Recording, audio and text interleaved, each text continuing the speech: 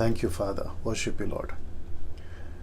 दोस्तों जय मसीह, आप सभी का प्रभु यीशु मसीह के नाम में फिर एक और बार, यानी कि कल से हमने जो स्टडी स्टार्ट किया है, आज दूसरे दिन आप सभी का बहुत बहुत स्वागत करता हूं। दोस्तों ठीक 8 बजने पर हैं, शायद 1-2 मिनट बाकी हैं और मैं बिल्कुल तैयार हूं आज के दूसरे दिन के सेकेंड चैप्टर के साथ में, और आशा करता हूं कि आप लोग भी सलामत और आप लोग भी खैरियत से होंगे और सब कुछ ठीक चल रहा होगा यीशु के अनुग्रह से। ठीक है ना दोस्तों?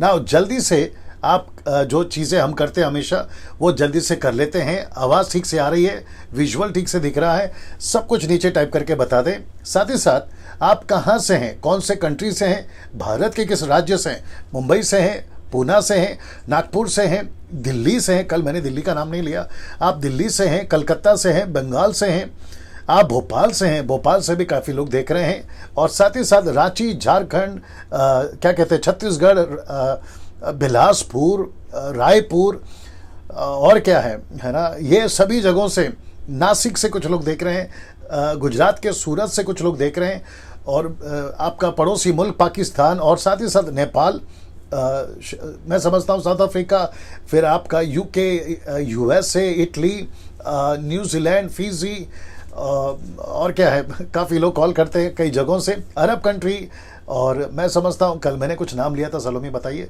कुछ और भी कंट्री से कॉल्स आ रहे हैं, इज़राइल से भी कॉल्स आते हैं या मैसेजेस आते हैं कि पास्टर जी हम आपको यहाँ से भी सुन रहे हैं।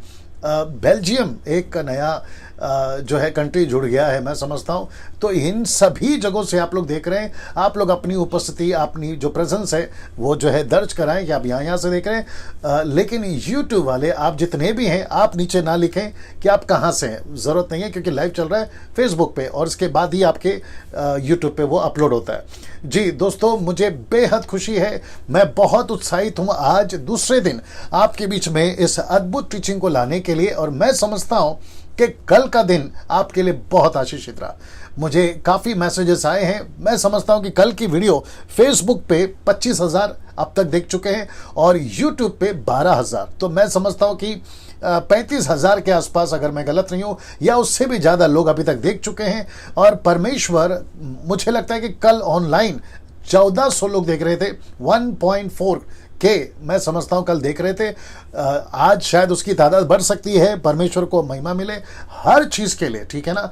ना आपका काम यहां है कि आप लोग खूब शेयर करें ना। मुझे ये भी पता चला है कि कुछ पास्टर्स या कुछ चर्चेस जो है उनके व्हाट्सएप ग्रुप पे मेरे वीडियोस को देखना या कोई सेंड करते हैं, उनको पसंद नहीं आ रहा है। तो मैं कहना चाहूँगा उन पास्टरों को, उन व्हाट्सएप के एडमिनों को कि सर मैं क्या दे रहा हूँ, परमेश्वर का वचन मैं क्या भेज रहा हूँ, सही शिक्षाएं।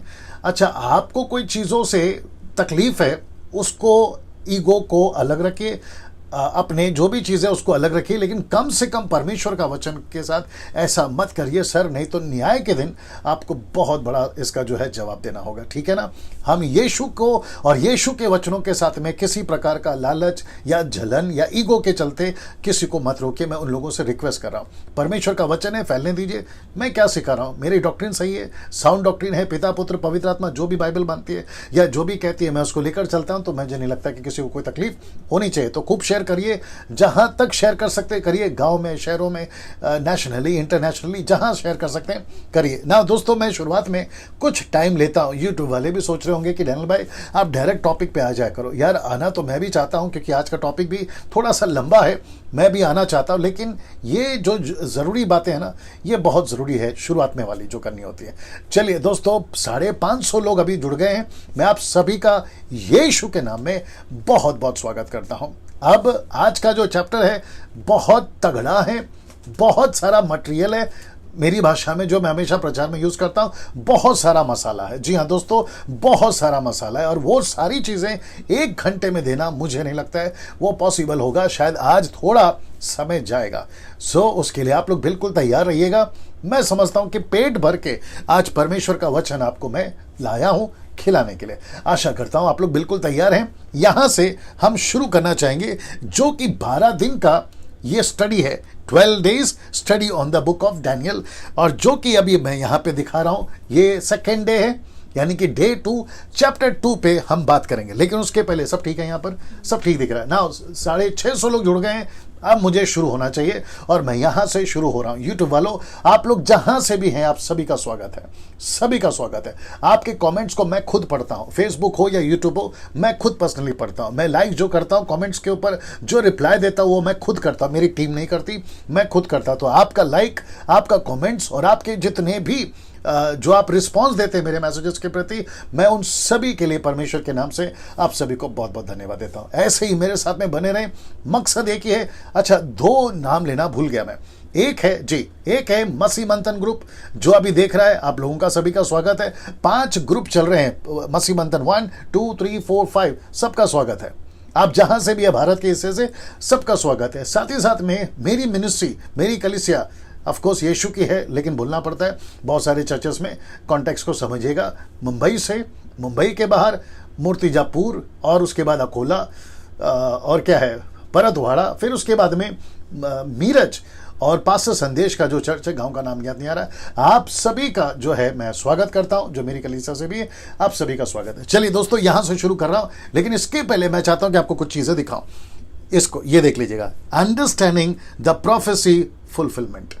मैं रिपीट करता हूं, अंडरस्टैंडिंग प्रोफेसीज फुलफिलमेंट। ये आपको समझना बहुत जरूरी है ना। सबसे पहला है जिसको कहते हैं प्राइमरी, मैं आपको समझाऊंगा। दूसरा है सेकेंडरी, और तीसरा है फाइनल।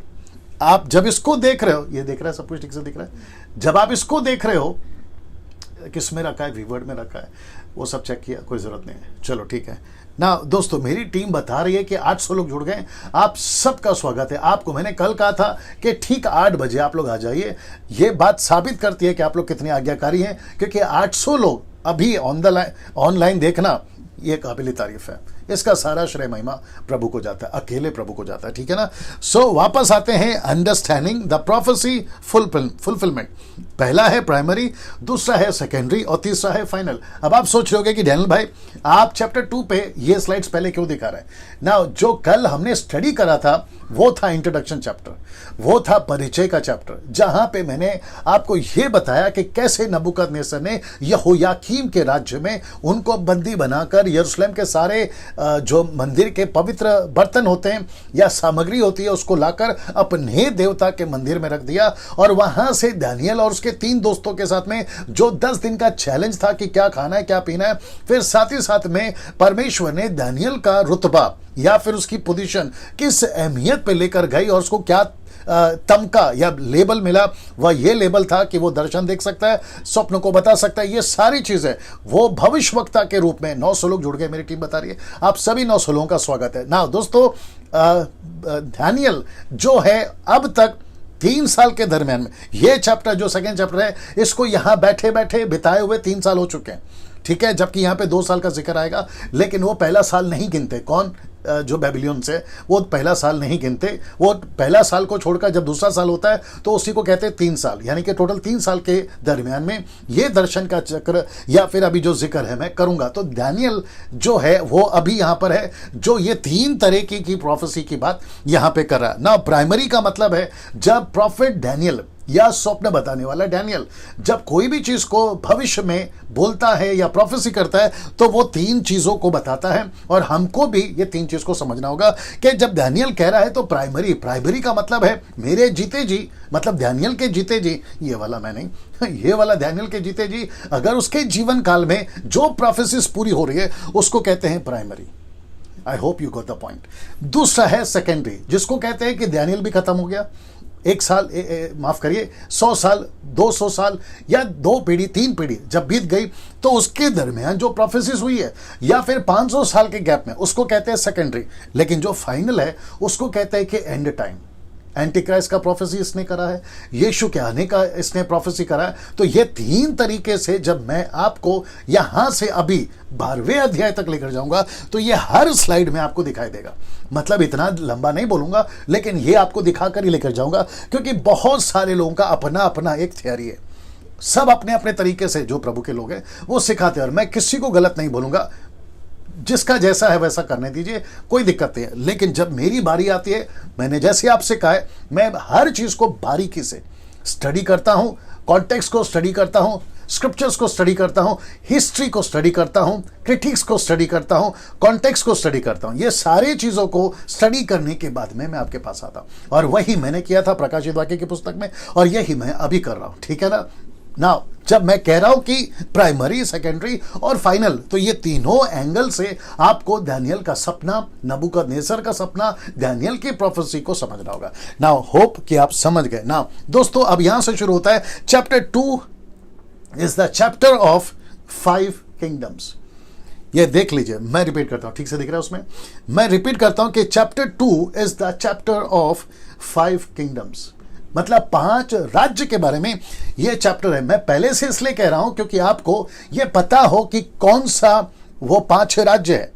तो अभी से आपके दिमाग में इसको रखिए। जो YouTube, फेसबुक के जितने मेरे फॉलोअर्स हैं, जो आप लोग मुझे सुनते हो, आपको मैं कोशिश करता हूं कि जो नीचे तबके के लोग हैं वो समझ सके, जो ऊंचे के तबके के लोग हैं वो समझ सके, जो अभी अभी प्रभु में आए वो समझ सके, और साथ ही साथ जो मजे हुए खिलाड़ी हैं वो भी समझ सके। मैं उसी तरीके से आपके बीच में बात करता हूं। इसको कहते हैं कि सांप भी मर जाए और लाठी भी ना टूटे, है ना, बात समझ में आ जाए। तो उस तरीके से आपके बीच में मैं रख रहा हूं ना। दोस्तों, इस अध्याय में टोटल 5 बातें, तो आइए देखते हैं। सबसे पहला क्या है? पहला है पद 1 में, यहां से शुरू होगा राजा का सपना। दूसरा है, और साथ ही साथ ब्रैकेट में मैंने डाल दिया 5 किंगडम्स, क्योंकि उसने जो सपना देखा था वो 5 राज्य के बारे में देखा था, या 5 किंगडम्स को जिसको मैं बता रहा हूं ना। दूसरा, असफल ज्योतिष, ये चलेगा पद 2 से लेकर 12 तक में। याद रखो, चैप्टर 2 की बात कर रहा हूं, तो पद लिखा है, चैप्टर नहीं लिखा है, आगे आप समझदार हैं। तीसरी बात, परमेश्वर का सच्चा दास, ऑफ कोर्स दानियल, परमेश्वर का सच्चा दास, पद 13 से 30 तक चलेगा। मैं आपको, और खूब मजा आएगा, मैं डंके की चोट पे अभी से बोल देता हूं, आपको खूब मजा आएगा, ठीक है ना। चौथा पॉइंट, जो कि 5 में से, स्वप्न और उसका अर्थ, ये शुरू होगा पद 31 से 35 तक में। फिर उसके बाद में दानियल का सम्मान, परमेश्वर ने दानियल को कभी भी और उसके 3 दोस्तों को कभी भी नीचे होने नहीं दिया। क्यों? क्योंकि उन्होंने पहले चैप्टर में परमेश्वर को नीचे होने नहीं दिया। क्या अद्भुत बात है नहीं? आप जहां भी हैं, आप परमेश्वर को हमेशा ऊंचा रखें, परमेश्वर आपको ऊंचा रखेगा। यह बात को आपको समझना होगा। नीचे आमीन, प्रेज द लॉर्ड, जैसा आपको रिस्पॉन्स देना है, वो क्या भेजते हैं आप लोग, थम वाला, नमस्ते वाला, वो हार्ट शेप वाला, आप जितना भेज सकते हैं भरकर भेजिए। बड़ा अच्छा लगता है जब मैं देखता हूं, तो ऐसा वो ऊपर जाते रहता है, तो मुझे अच्छा लगता है कि एक भरमार सी चल रही है। तो सिर्फ स्टडी भी करिए और ये काम भी जारी रखेगा। बहुत बहुत धन्यवाद। सो दानियल का सम्मान, पद 46 से 49 बोलते हैं, 49, राइट, 46 टू 49। नाउ दोस्तों, अब बात करते हैं पद 1 की, जहां नबूकदनेस्सर राजा ने अपने जीवन काल के 3रे वर्ष में, यहां 2 लिखा पाया जाएगा, लेकिन मैं वापस कहता हूं वो 3 है। अभी कुछ लोग जो क्रिटिक्स जो ढूंढते हैं ना हमारी गलतियां, उन लोगों के लिए बात बोल रहा हूं। तो चारों तरफ से चारों खाने चित करके बात करता हूं मैं, ठीक है ना। ये हो गया आपका पहला है राजा का सपना। आइए देखते हैं क्या लिखा है। लिखा है सबसे पहले अपने राज्य के 2रे वर्ष में, ये देख लिया आ गया ना, राज्य के 2रे वर्ष में, और जो कि नबूकदनेस्सर ने ऐसा स्वप्न, अब आप देख रहे हैं इंग्लिश में ब्रैकेट में ड्रीम्स, तो इसको कहते हैं प्लूरल। ये सिंगुलर नहीं है, ये प्लूरल है, बहुवचन है, एक वचन नहीं है। तो हिंदी में जब ट्रांसलेट हो रहा था विलियम कैरी साहब की वजह से, या फिर जिन्होंने उनको मदद करा, तो यहां पे लिखना चाहिए था सपनों, लेकिन वो नहीं लिख पाया, मुझे नहीं पता क्यों। लेकिन जब हम इंग्लिश पढ़ते हैं तो यहां पे ड्रीम्स है, ड्रीम ऑफ ड्रीम्स ऐसा है, तो यहां पर प्लूरल है, नॉट सिंगुलर। ये बात को भी ध्यान में रखिए, जिसके चलते मैंने यहां पर आपको बता दिया ना। दोस्तों, इसको देखिए, देखा, वापस आता हूं, राजा के 2रे वर्ष में नबूकदनेस्सर ने ऐसा स्वप्न देखा जिससे उसका मन बहुत ही व्याकुल हो गया। और दूसरा कहता है, और वह सो ना सका। तो इसको कहते हैं कि ऐसा सपना देखा कि उसके होश उड़ गए और उसको इतनी परेशानी हो गई कि उसको नींद नहीं आ रही। अब मैं आपको बताता हूं कि ऐसा क्यों, यह परिस्थिति क्यों है, जबकि मैं वचन को जब बता रहा हूंगा तो आपको यहां से मैं कनेक्ट करवा दूंगा, ठीक है ना। दरअसल दानियल अपने पूरे जीवन काल में और अपने पैलेस में और अपने बेबीलोनियन सिटी में जहां वो रहता था, वो रहते रहते कई साल बीत गए, 43 से लेकर 45 तक, मैं अंदाजन बता रहा हूं, उसने बेबीलोन पे राज किया। ईयर 43-45 मतलब 43 से 45 साल तक का राज्य उसको परमेश्वर ने दिया, जो वहां पर उसने राज्य किया ना। उसके दरमियान उसको मन में प्रश्न उठा कि अगर मैं कल को मर जाऊंगा तो क्या होगा। शहर का क्या होगा, दुनिया का क्या होगा, क्योंकि नबूकदनेस्सर राजा पूरी दुनिया पे राज करता था। मैं बताऊंगा आपको स्क्रिप्चर के साथ। तो उसके चलते ऐसा हुआ कि नबूकदनेस्सर के मन में प्रश्न उठा और वही चीज, वही ख्याल परमेश्वर ने उसको सपने में बतला और उसी को बताया। क्यों? क्योंकि आपको पता है कि जो स्ट्रांग होता है उसके चलते, वो चाहे विश्वासी हो या अविश्वासी हो, परमेश्वर अपना दबदबा पूरे दुनिया में रखता था। वो चाहे गोलियत हो या दाऊद हो, गोलियत को भी अकल ठिकाने लाई और दाऊद को भी खूब इस्तेमाल करा। और महिमा किसकी हुई? परमेश्वर की। तो परमेश्वर ने अपने नाम को फैलाने के लिए परमेश्वर ने ऐसे लोगों को भी रखा था, और जिसके चलते आपको यह समझना होगा कि इस व्यक्ति ने वो सपना देखा ना। दोस्तों, मैं कुछ चीजें आपको दिखाता हूं, ये देख लीजिए। पहला, कौन था ये राजा जिसने 245 वर्ष राज्य करा बेबीलोन पर? 43 से 45, मेरी हिंदी बर्दाश्त करिए, ठीक है ना। सो ऐसा इसने राज करा, और वो भी कहां पे राज करा? बेबीलोन पर। बेबीलोन का कुछ चित्र दिखाता हूं। जो पैलेस है ये देख लीजिए, उसमें अच्छा दिख रहा है जी। ये चित्र देख लीजिए दोस्तों, और साथ ही साथ ये चित्र थोड़ा सा इसका क्या कहते हैं ना, रेजोल्यूशन इतना क्लियर नहीं है ये वाले का। फिर इसको देखिए, फिर इसको देखिए, उसका मतलब जो आपको मैं समझा सकूं, जो पिक्चर मुझे गूगल से मिले और बहुत मेहनत करके मिले, मैं आपको सच बता दूं, बहुत उसकी जो क्या कहते हैं हाई क्वालिटी, उसका जो है ना सारी चीज़ों को ध्यान में रख के आपके बीच में मैं रख रहा हूं। आप उसका ठाट बाट देखिए। और ये रहा जिसको कहते हैं हैंगिंग गार्डन। आपके इस पे चले जाइए गूगल पे और आप टाइप करिएगा द बेबीलोनियन हैंगिंग गार्डन। आपको पता चलेगा, जैसे आज 7 वंडर में आज बहुत सारे हैं ना, तो उन दिनों के 7 वंडर में ये एक था, और इसको इसी ने बनाया। किसने? राजा नबूकदनेस्सर ने। ये पूरी तरह से पानियों पे फूल बगीचे सबके साथ सजा हुआ, आप देख सकते हैं, थोड़ा बहुत आपको पता चलेगा। और इतनी ठाट बाट के साथ में रहता था। कौन? ये राजा। ना मैं बताऊंगा कि मैं क्यों बता रहा हूं। ये सारा चीज देख लीजिए। इसको कहते हैं ई स्टार गेट।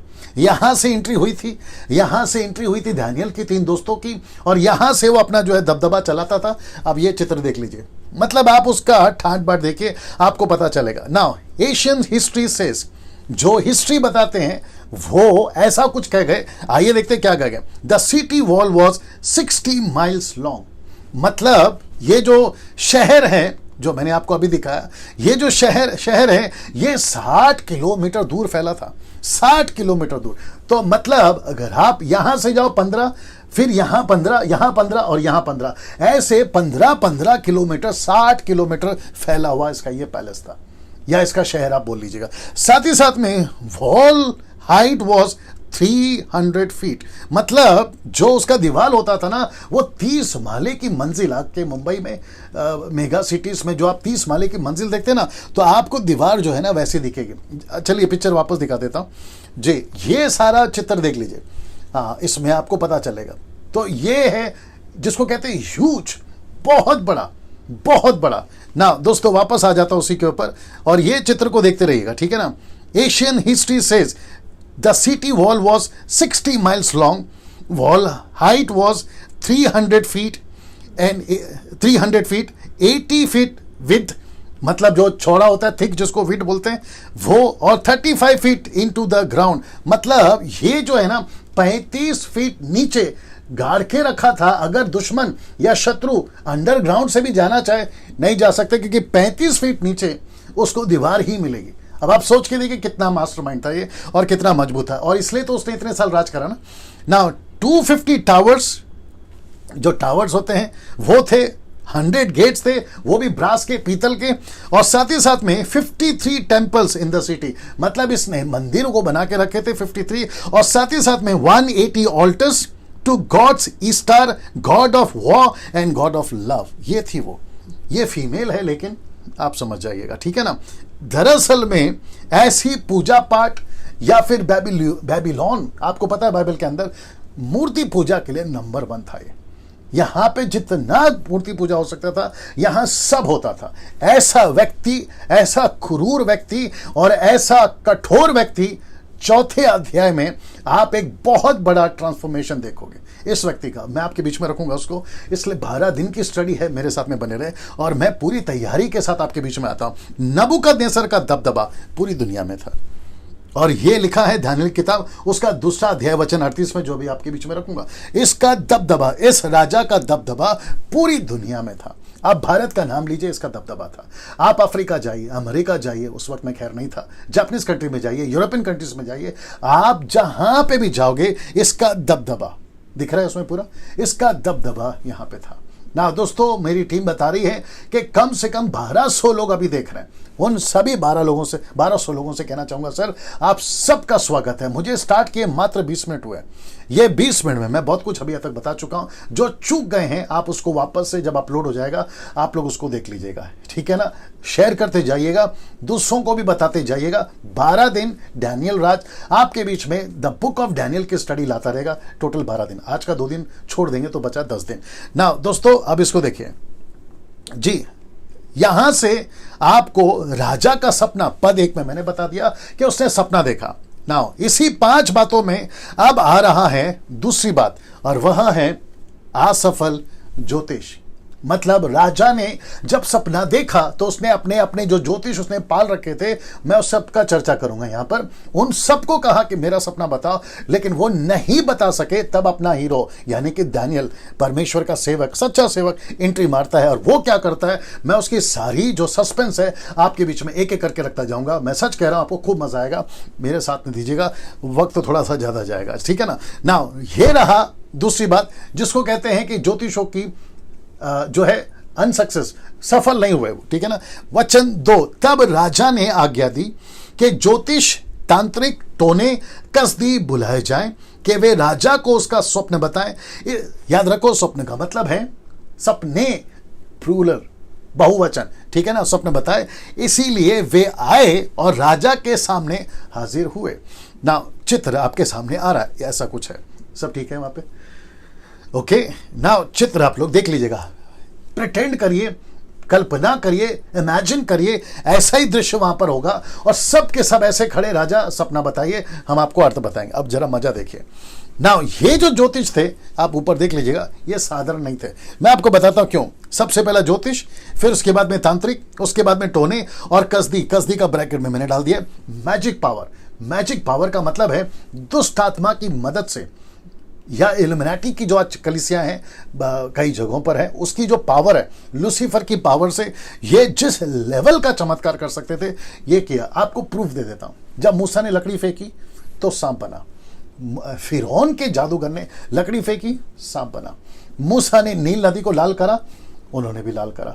ऐसा जादूगर, अब आप सोचिए अगर इजिप्ट में है तो सोचिए बेबीलोन में क्यों नहीं हो सकता, क्योंकि ये तो गढ़ है ना, ये तो मूर्ति पूजा का गढ़ है, जादू टोना का गढ़ है। अब जरा मजा लीजिए, एक तरफ ज्योतिष है, एक तरफ तांत्रिक है, एक तरफ टोने हैं, दूसरी तरफ काले जादू से भरे हुए ये कसदी लोग हैं। ये सब मिलकर राजा के सामने खड़े हैं, ये सब मिलकर राजा के सामने खड़े हैं।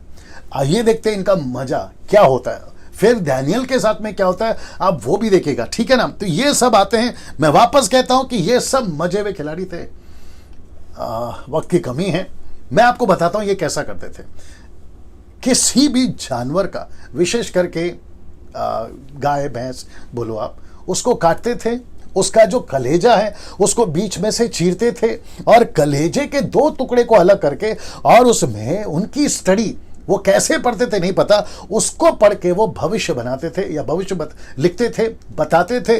और उसकी पूरी रिकॉर्ड, जैसे आप लोग अभी गवर्नमेंट के किसी भी दफ्तर में चले जाइए, मुंबई में मंत्रालय है, दिल्ली में भी होगा, ऐसा आप चले जाइए तो वहां पे बाप दादाओं की रिकॉर्ड पड़ी रहती है। तो ज्योतिष भी रिकॉर्ड रखते थे कि कौन से राजा ने कौन से साल में कौन से दिन में क्या सपना देखा, उसके हिसाब से कैलकुलेट करके, एनालिसिस करके वो जो है सपना बताते थे। ये तरीका इनका था। और भी कई विचित्र हैं जो मैं आपको इतने टाइम पे नहीं बता सकता। और एक चीज बता देता हूं, मैं ज्यादा डीप स्टडी भी नहीं दे रहा हूं और ज्यादा ऊपर भी नहीं दे रहा हूं। जैसे प्रकाशित वाक्य में कहा था ना, बैलेंस वाला दे रहा हूं। अगर मैं डीप में जाऊंगा बहुत सारा, तो मैं समझता हूं कि मुझे एक चैप्टर के लिए 2 दिन लग जाएंगे या 3 दिन लग जाएंगे। तो ऐसा ना करते हुए आप जितना समझ सकते हैं मैं समझाने की कोशिश कर रहा हूं। चलिए ना दोस्तों, ये तरीके से वो वहां थे, मजे हुए खिलाड़ी थे। लेकिन आइए देखते हैं इनके मुंह से क्या निकला ना। लिखा है, तब राजा ने उनसे कहा, मैंने एक स्वप्न देखा है, मेरा मन व्याकुल है कि स्वप्न को कैसे समझूं। ये राजा का परिस्थिति है ना। वचन 4, तब कसदियों ने राजा से अरामी भाषा में। कौन सी? अरामिक, अरामी भाषा में, हिब्रू अरामिक, मैं पहले बता चुका हूं कल के दिन, 2 भाषा में इसको लिखा गया। तो जो कसदियों ने, यानी कि ज्योतिषों ने, ब्लैक मैजिक, काले जादू वालों ने अरामी भाषा में कहा, हे राजा तू चिरंजीव रहे। ये उनका तरीका था, प्रोटोकॉल था उनको ग्रीट करने का, तो ये करते थे वो अक्सर, ठीक है ना। अपने दासों को सपना बता, मतलब ये कसदी कह रहे हैं कि राजा जी सपना बताइए। और हम, ये जो शब्द है ना, मैंने उसको ब्रैकेट किया हुआ है, ये जो शब्द है ना, हम इसका अर्थ बताएंगे। ये हम कौन है? मैं जब डैनियल बोलेगा ना हम, उसमें इसको कनेक्ट करूंगा, तो इसको याद रखिएगा, हम, ठीक है ना। तो हम इसका अर्थ बताएंगे ना। फिर आगे देखिए क्या होता है। राजा ने कसदियों को उत्तर दिया, मैं ये आज्ञा दे चुका हूं कि यदि तुम अर्थ समेत स्वप्न को ना बताओगे, जरा मजा देखे, तो तुम टुकड़े टुकड़े किए जाओगे और तुम्हारे घर फुकवा दिए जाएंगे। तो इसका मतलब है कि अभी दिक्कत यह है इन ज्योतिषों को, तांत्रिकों को, टोनों को, काले जादू वालों को, जिनके पास में लूसीफर की पावर है, याद रखो, जिसके पास में दुनिया भर का मूर्ति, दुनिया भर का देवी देवता उस वक्त में जो चलते थे, उन सब की ताकत है, उसको रखकर ये कह रहा है, राजा कह रहा है कि मुझे सपना भी बताओ कि मैंने सपना क्या देखा और उसका अर्थ भी बताओ। Can you believe this? ऐसी हालत थी इनकी।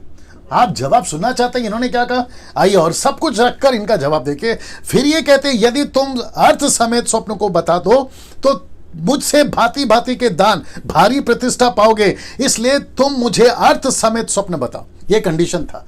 मैंने क्या सपना देखा वो बताओ, सपना का क्या अर्थ है वो बताओ, सब कुछ आपको बताना होगा, तब जाकर मैं मानूंगा और मैं तुमको इनाम दूंगा। लेकिन अगर नहीं बताए, मैं तुमको टुकड़े टुकड़े कर दूंगा और तुम्हारा घर फुकवा दूंगा, मतलब तुम्हारे पूरी फैमिली को खत्म कर दूंगा। Can you believe this? Now ये बात मुझे बताती है कि राजा नबूकदनेस्सर कितना डेस्परेट था अपने सपने को जानने के लिए, कितना बेचैन था अपने सपने को जानने के लिए।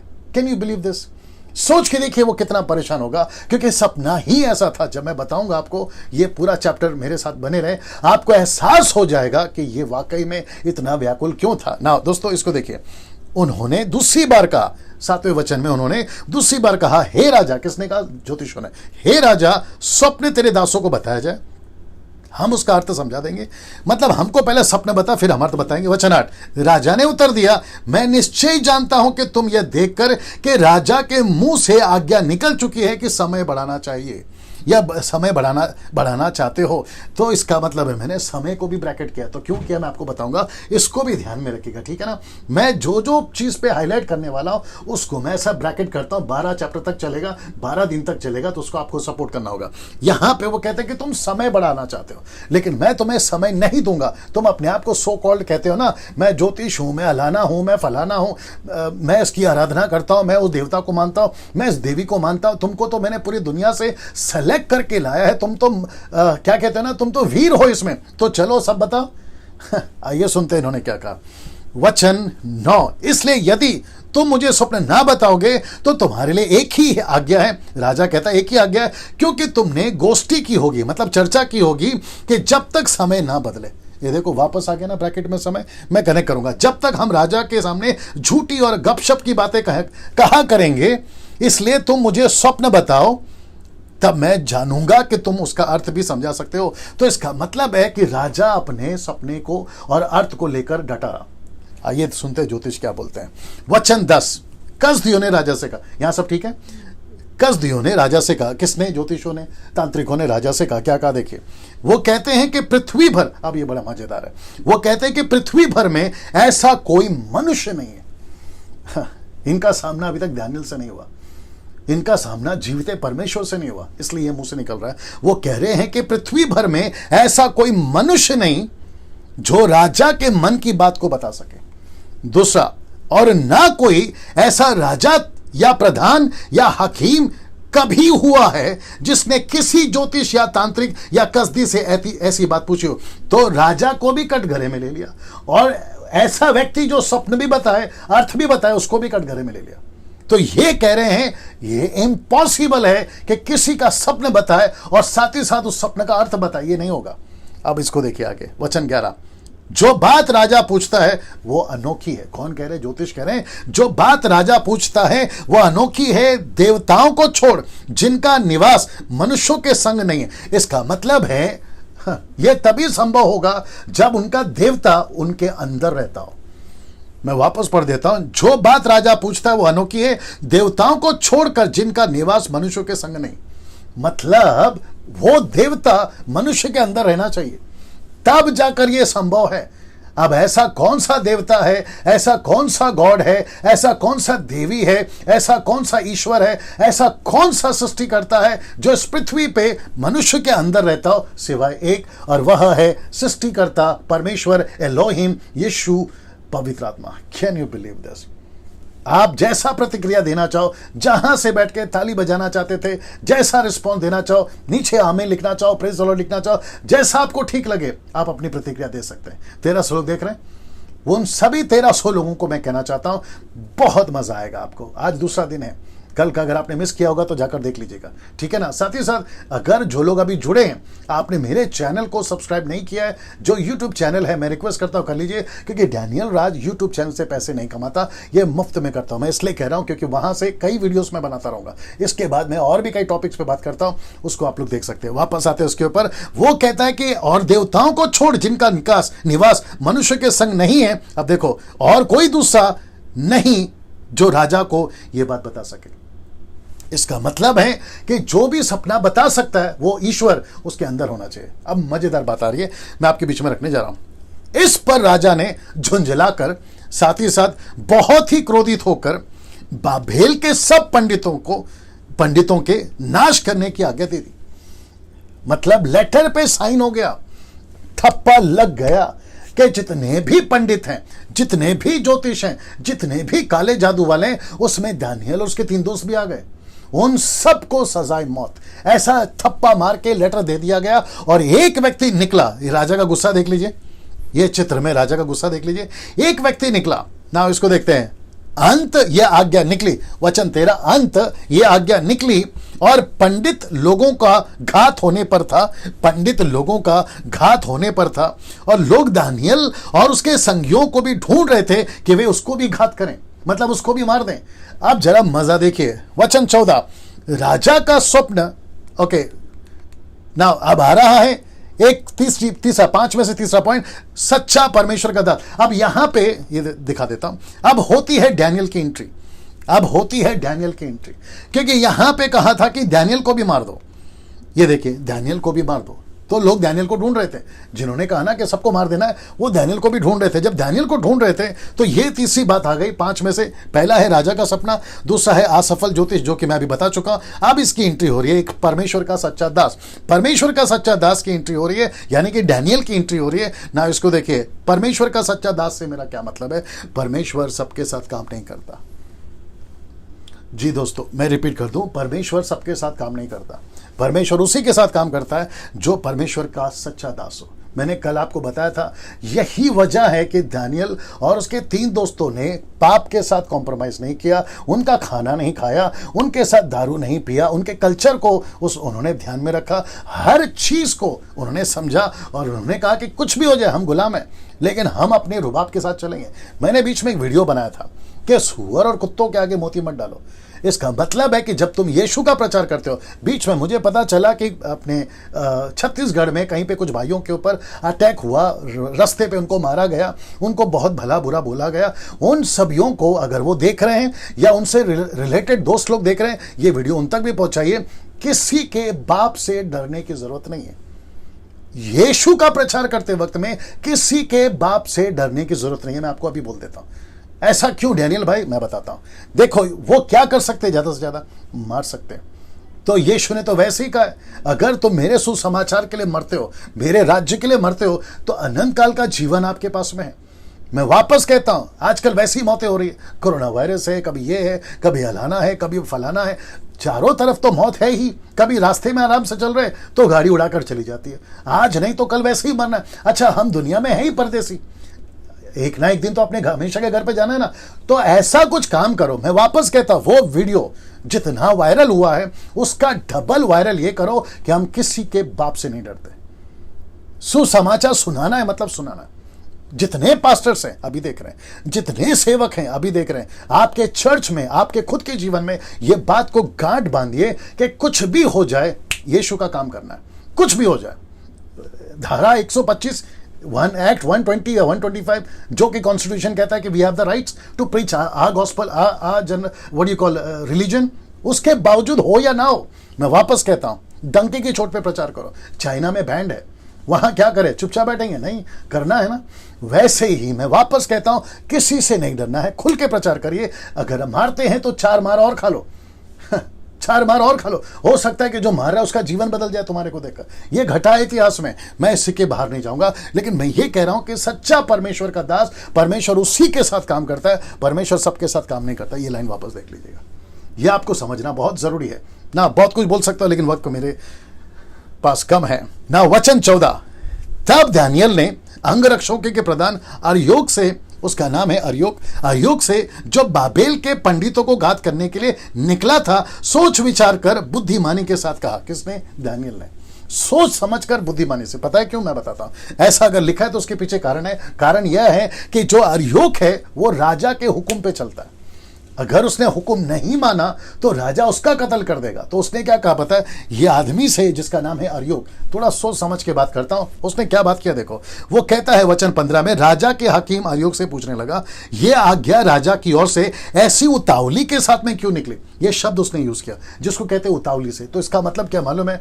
कहीं जल्दबाजी में तो नहीं तुम चले आए, कहीं जल्दबाजी में तो तुमने, राजा ने कोई हुक्म तो नहीं सुना दिया। बोला इसका मतलब, बोला लगता है आप लोगों ने ठीक से एक आदमी को नहीं ढूंढा, आपसे जल्दबाजी हो गई। बोला वो क्या? बोला राजा का सपना मैं बताऊंगा।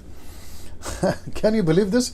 ये दानियल कहता है कहीं तुम लोगों से उतावली तो नहीं हो गई हुक्म पास करने में कि सब पंडितों को मार दो, सब ज्योतिषों को मार दो। लगता है तुम लोगों ने ठीक से जांचा नहीं, और मुझे तो तुम लोगों ने बुलाया ही नहीं। पहला अध्याय याद नहीं है जहां पर मुझे राजा ने खुद जांचा है 3 साल कि मुझ में एक ऐसी आत्मा रहती है। ये राजा नबूकदनेस्सर खुद बोलेगा थोड़ी देर के बाद, मैं आपको बता रहा हूं, जब मैं समाप्त करूंगा ना, राजा खुद बोलेगा। ऐसा व्यक्ति को ढूंढने में तुमसे उतावली हो गई, तुमने ठीक से जांचा नहीं है। अच्छा, जिसको तुम लेकर राजा के पास में पेश करे थे ना ज्योतिषों को, वो तो सब डब्बा है। डब्बा से आप समझ गए होंगे, बकवास है, कुछ मतलब का नहीं है, ये सब हवा है। असली वाले को तो तुमने जांचा ही नहीं। बोला इसका मतलब क्या है? तब अर्योक ने, ये देखिए, तब अर्योक ने दानियल को उसका भेद बता दिया। बोला दरअसल ये मामला है, राजा ने हुक्म दे दिया, मानना है। अब जरा दानियल का बात सुनते हैं। वचन 16 में आइए देखते क्या लिखा है। दानियल ने भीतर जाकर राजा से विनती की। किससे? राजा से। अब आ रहा है ब्रैकेट समय, आपको बोला था ना, याद रखना, मैं बताता हूं। राजा से विनती करता है कि उसके लिए कोई समय, ये देख लीजिए, ठहराया जाए, तो वह महाराज को स्वप्न का अर्थ बताएगा, और सपना भी बताएगा, अर्थ भी बताएगा। तो उसने क्या मांगा? समय। अब जरा मजा देखिए, यही समय ज्योतिष भी मांग रहे थे, लेकिन राजा ने कहा समय नहीं दूंगा। लेकिन जैसे ही दानियल आता है, एक शब्द में, किसके? दानियल के, राजा उसको समय दे देता है। मैं रिपीट करता हूं, ज्योतिष क्या मांग रहे थे? समय। दानियल क्या मांग रहा था? समय। ज्योतिष को क्या नहीं दे रहा था? समय। दानियल को क्या दे दिया? समय। अब आप सोच के देखिए, ये व्यक्ति दानियल जैसा आदमी जाता है और राजा के सामने खड़ा होता है। आपको नहीं लगता है कि परमेश्वर का हाथ इसके ऊपर है? Of course. तो मैं रिपीट करता हूं, आप जहां पे भी हैं, जिस कंट्री में हैं, जिस नेशन में, आपको परमेश्वर के हाथ में बने रहना है। मैंने इसलिए कहा, मैं वो पोस्ट आपको फिर से दिखा देता हूं, परमेश्वर सबके साथ काम नहीं करता, परमेश्वर सच्चे दासों के साथ काम करता है। सच्चे दासों का मेरा कल बता दिया था कि कहां कहां कॉम्प्रोमाइज कर जाते हो आप, हर चीज में कॉम्प्रोमाइज कर जाते हो, फिर आशा रखते हो कि परमेश्वर आपके साथ में काम करे। आई विश कि मेरे पास में टाइम बहुत होता, क्योंकि दिमाग में बहुत कुछ चल रहा है। मैं करूंगा 12 दिन के बीच में वो बात को रखूंगा, लेकिन अभी मैं स्किप करता हूं उसको ना। यहां पे वो कह रहा है, वो मांग रहा है समय, और राजा ने उसको समय दे दिया ना। इसको देखिए, वचन 17, तब दानियल ने, ये बहुत इंपॉर्टेंट है, यहां सब ठीक चल रहा है, यहां सब ठीक है, उल्टे सीधे कुछ लोग, ओके। तब दानियल ने अपने घर में जाकर अपने संगी दासों को, दोस्तों को, माफ करें, अपने संगी दोस्तों को, याद रखो, शद्रक मेशक अबेदनगो, यहां पर वो नाम नहीं ले रहा। कौन सा नाम ले रहा है? ओरिजिनल नाम क्या ले? देखो, हनन्याह, मिशाएल, अजरिया को यह हाल बताकर कहा। तो राजा ने इनका नाम बदला, लेकिन दानियल उनको उसी नाम से बुला रहा। आगे आप समझदार हैं। वचन 18, इस भेद के विषय में स्वर्ग के परमेश्वर की दया के लिए यह कहकर प्रार्थना करो कि बाबेल के और सब पंडितों के संग दानियल और उसके संगी भी नाश ना किए जाएं। यह प्रार्थना करते हुए कि हम प्रार्थना करेंगे और परमेश्वर से मांगेंगे। अब जरा मजा देखिए, यह चित्र देख लीजिए, सब ठीक है, सब ठीक दिख रहा है, ओके। ना ये सपना देख लीजिए, ये वचन देख लीजिए।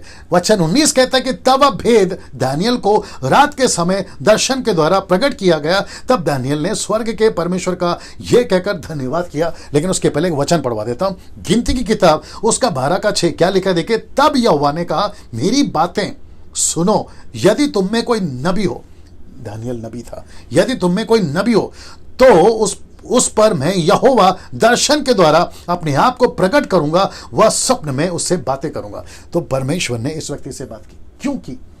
यह लायक था। आज कुछ लोग बोलते हैं परमेश्वर मुझसे बात नहीं करता। परमेश्वर क्यों बात करेगा आपसे? पहले लायक तो हो जाओ। कहते हैं कि परमेश्वर मुझे दर्शन नहीं देता, क्यों देगा? पहले लायक तो हो जाओ। बात समझ में आ रही है ना? कुछ लोग कहते हैं कि परमेश्वर ने उसका इस्तेमाल किया, एलिया का किया, एलिशा का किया, मूसा का किया, यहोशू का किया, इसका किया, अलाना किया, फलाना किया। आज की भी कुछ 16-17 सदी के जो सो कॉल्ड प्रभु के बड़े बड़े दास हैं, उनका नाम लेते, बोले प्रभु मुझे वैसे इस्तेमाल करो। परमेश्वर बोलता है बेटा पहले लायक तो हो जा, पहले लायक तो हो जा। बीच में अभी थोड़ी देर पहले मैं किसी को सुन रहा था, अपडेट जब चेक करता हूँ फेसबुक पे तो 2-3 वीडियो सामने ऐसे आ जाते हैं। स्क्रॉल करते करते तो मैं महाशय को सुन रहा था। खैर नाम तो मैं किसी का लेता नहीं हूँ और उस महाशय का नाम नहीं लूँगा, ना तो शहर का नाम लूँगा, नहीं तो आप पकड़ लोगे उसको। अभी वो स्टेटमेंट दे रहे थे कि हीलिंग कैसे होगी, आपको चमत्कार कैसे होगा, चारों तरफ बीमारियां चल रही हैं, आपको हीलिंग मिनिस्ट्री करने की टेक्निक बताऊंगा। अब मैं उन महाशय को कहना चाहता हूं कि सर आप शायद बाइबल को ठीक से नहीं पढ़ते। यीशु ने कहा मरकुस 16:16 का 17 से भी कहता है कि पहला विश्वास करो, बपतिस्मा लो। ये चमत्कार उसके साथ में इंक्लूड है। इसको कहते हैं सैल्वेशन पैकेज। तो चमत्कार कैसे करें उसकी ट्रेनिंग नहीं होती सर। चमत्कार आपके हाथों से कैसे हो उसकी ट्रेनिंग नहीं होती सर। यह परमेश्वर का गिफ्ट है। आप यीशु का काम करो, चमत्कार ऐसे होंगे। यीशु के पीछे चलो, चेला बनाओ, आत्मा बचाओ, कलीसियाओं की स्थापना करो, परमेश्वर ये काम करता जाएगा। इसलिए तो लिखा है ना मरकुस की किताब उसका 16 वचन अगर आप 20 से पढ़ोगे, वहां पर लिखा है कि यीशु मसीह बादलों पर उठा लिए गए, उसके बाद चेलों के साथ परमेश्वर काम करता रहा और वो जो प्रचार करते थे, वो चिन्ह जो साथ साथ होते थे, वचन को दृढ़ करते थे, कंफर्म करते थे। ये है परमेश्वर का तरीका। ये सिखाओ ना सर, क्या सिखा रहे हो? थोड़ा सा सुधरो सर, ठीक है ना? बात को ध्यान में रखिएगा। और जितने फॉलोवर्स हैं आप लोग, आप जब किसी को फॉलो करते हो तो थोड़ा सा दिमाग लगाओ यार, हम किसको सुन रहे हैं, ठीक है ना? ना वापस आते हैं इसके ऊपर। तो डैनियल को स्वप्न मिल गया, डैनियल को स्वप्न का अर्थ भी मिल गया। अब जरा देखते हैं उसने धन्यवाद कैसे दिया। आपके बीच में रखने जा रहा हूं, इसलिए मैंने यहां पे डाल दिया। अगर आप उसकी योजना में हो, पहले इसको बता देता हूं, उसकी इच्छा के अनुसार प्रार्थना करोगे तो वो जरूर सुनेगा। मैं रिपीट कर देता हूं कि अगर आप उसकी योजना में हो और उसकी इच्छा के अनुसार प्रार्थना करोगे तो वो जरूर सुनेगा। ना परमेश्वर का नाम युगानुयुग धन्य है। दानियल उसको धन्यवाद दे रहा है। वो कहता है कि परमेश्वर का नाम युगानुयुग धन्य है क्योंकि बुद्धि पराक्रम उसी की है। अब आगे देखो, समय और ऋतुओं को वही पलटता है, राजाओं का अस्त और उदय भी वही करता है, बुद्धिमानों को बुद्धि और समझ वालों को समझ भी वही देता है। ना आगे देखिए, वही गुड़ और गुप्त बातों को प्रकट करता है। वो जानता है कि अंधियारे में क्या, और उसके संग सदा प्रकाश बना रहता है। उसके संग सदा प्रकाश बना रहता है। क्या करो, समय कम पड़ रहा है। एक विचित्र प्राणी और है सर हमारे मसीह समाज में, बहुत फेमस सेवक है वो कहता है कि जब तक परमेश्वर ने प्रकाश नहीं बनाया, ये लाइन को याद रखिए, जब तक परमेश्वर ने प्रकाश नहीं बनाया, परमेश्वर को पता नहीं था कि वो परमेश्वर है। अब उनका स्टेटमेंट देखिए सर कहां जा रहा है। मुझे नहीं पता क्या हो गया ऐसे लोगों को। अच्छी खासी शुरुआत करते हैं, फिर बीच में क्यों गड़बड़ कर जाते हैं मुझे नहीं मालूम। जबकि परमेश्वर दानियल के द्वारा बता रहा है, दानियल को पता चला परमेश्वर क्या चीज है। वो कहता है कि प्रकाश, देखो ना, उसके संग सदा प्रकाश बना रहता है। मतलब जब परमेश्वर चलता है तो प्रकाश चलता है। ये महाशय, जिनका नाम तो खैर नहीं ले रहा हूं मैं आजकल, ये कह रहे हैं कि पहले प्रकाश बना फिर परमेश्वर बना। हद हो गई सर आप लोगों की। उनका वीडियो है यूट्यूब पे, आगे आप समझदार हैं, मैं किसकी बात कर रहा हूं आप लोग समझ जाओगे। ऐसा कोई भी बकवास, मैं रिपीट करता हूं, ऐसा कोई भी बकवास किसी का भी हो, डैनियल राज का भी क्यों ना हो, मत सुनिए। एक एक चीज को, प्रेरितों की किताब उसका 17-11 के अनुसार आप उसको टैली करो। ये इसका स्टेटमेंट स्क्रिप्चर से मैच करता है कि नहीं करता। पौलुस के प्रचार को लोग करते थे और पौलुस ने खुद छूट दी थी, तो डैनियल राज भी छूट देता है आपको। मेरे एक एक स्क्रिप्चर को, माफ करिए, एक एक लाइन को आप स्क्रिप्चर से टैली करिए। यार ये डैनियल राज बोल तो रहा है लेकिन वचन से टैली कर रहा है, मैं खुद छूट दे रहा हूं आपको। अगर जिस दिन आपको पता चला, मुझे अनसब्सक्राइब करो और मेरे को अनफॉलो करो। मैं खुद बोल रहा हूं आपको, और वापस कहता हूं, जिसको 18 पता है 17 नहीं सिखाते, 19 सिखाओ, आपके पैरों के पास बैठ के सीखूंगा। लेकिन जिसको पहले से 18 पता है, तुम उसको 17 सिखा रहे हो, ये तो गलत हो जाएगा ना मेरे दोस्त। अच्छा, कुछ लोग कहते हैं कि ये घमंड की बात है। घमंड की बात नहीं है। हाँ, मुझे घमंड है परमेश्वर पर, जो कि मुझे बाइबल इजाजत देती है। मुझे परमेश्वर का वचन इजाजत देता है कि बुद्धिमान अपने बुद्धि पे घमंड ना करे, ताकत वाला ताकत पे घमंड ना करे, पैसा वाला घमंड ना करे, लेकिन जो घमंड करे वो परमेश्वर पर घमंड करे। तो मैं परमेश्वर पर कर रहा हूं और मुझे इसमें कोई दिक्कत नहीं है ना। मैं क्या कह रहा हूं उसको समझने की कोशिश करिए। ऐसा कोई भी स्टेटमेंट उल्टा सीधा अगर कोई देता है तो एक बार टैली करो, यार ये बोल रहा है ये सही है कि नहीं। तो प्रकाश उसके संग संग रहता है ना। इसको देखिए, कहता है वचन थे, हे मेरे पूर्वजों के परमेश्वर, मैं तेरा धन्यवाद और स्तुति करता हूं, क्योंकि तूने मुझे बुद्धि और शक्ति दी है। मुझे बुद्धि और शक्ति दी है, जिस भेद का खोलना हम लोगों ने तुझसे मांगा था। अब इसको देखिए, तूने मुझ पर प्रकट किया, तूने हमको राजा की बात बताई। अब इसको देखिए दोस्तों, तब दानियल ने अरयोक के पास, जिसे राजा ने बाबेल के पंडितों के नाश करने के लिए ठहराया था, भीतर जाकर कहा। किसने? दानियल ने कहा। अब उसकी एंट्री देखो सर, आप सोच के देखिए, पूरा लोडेड है।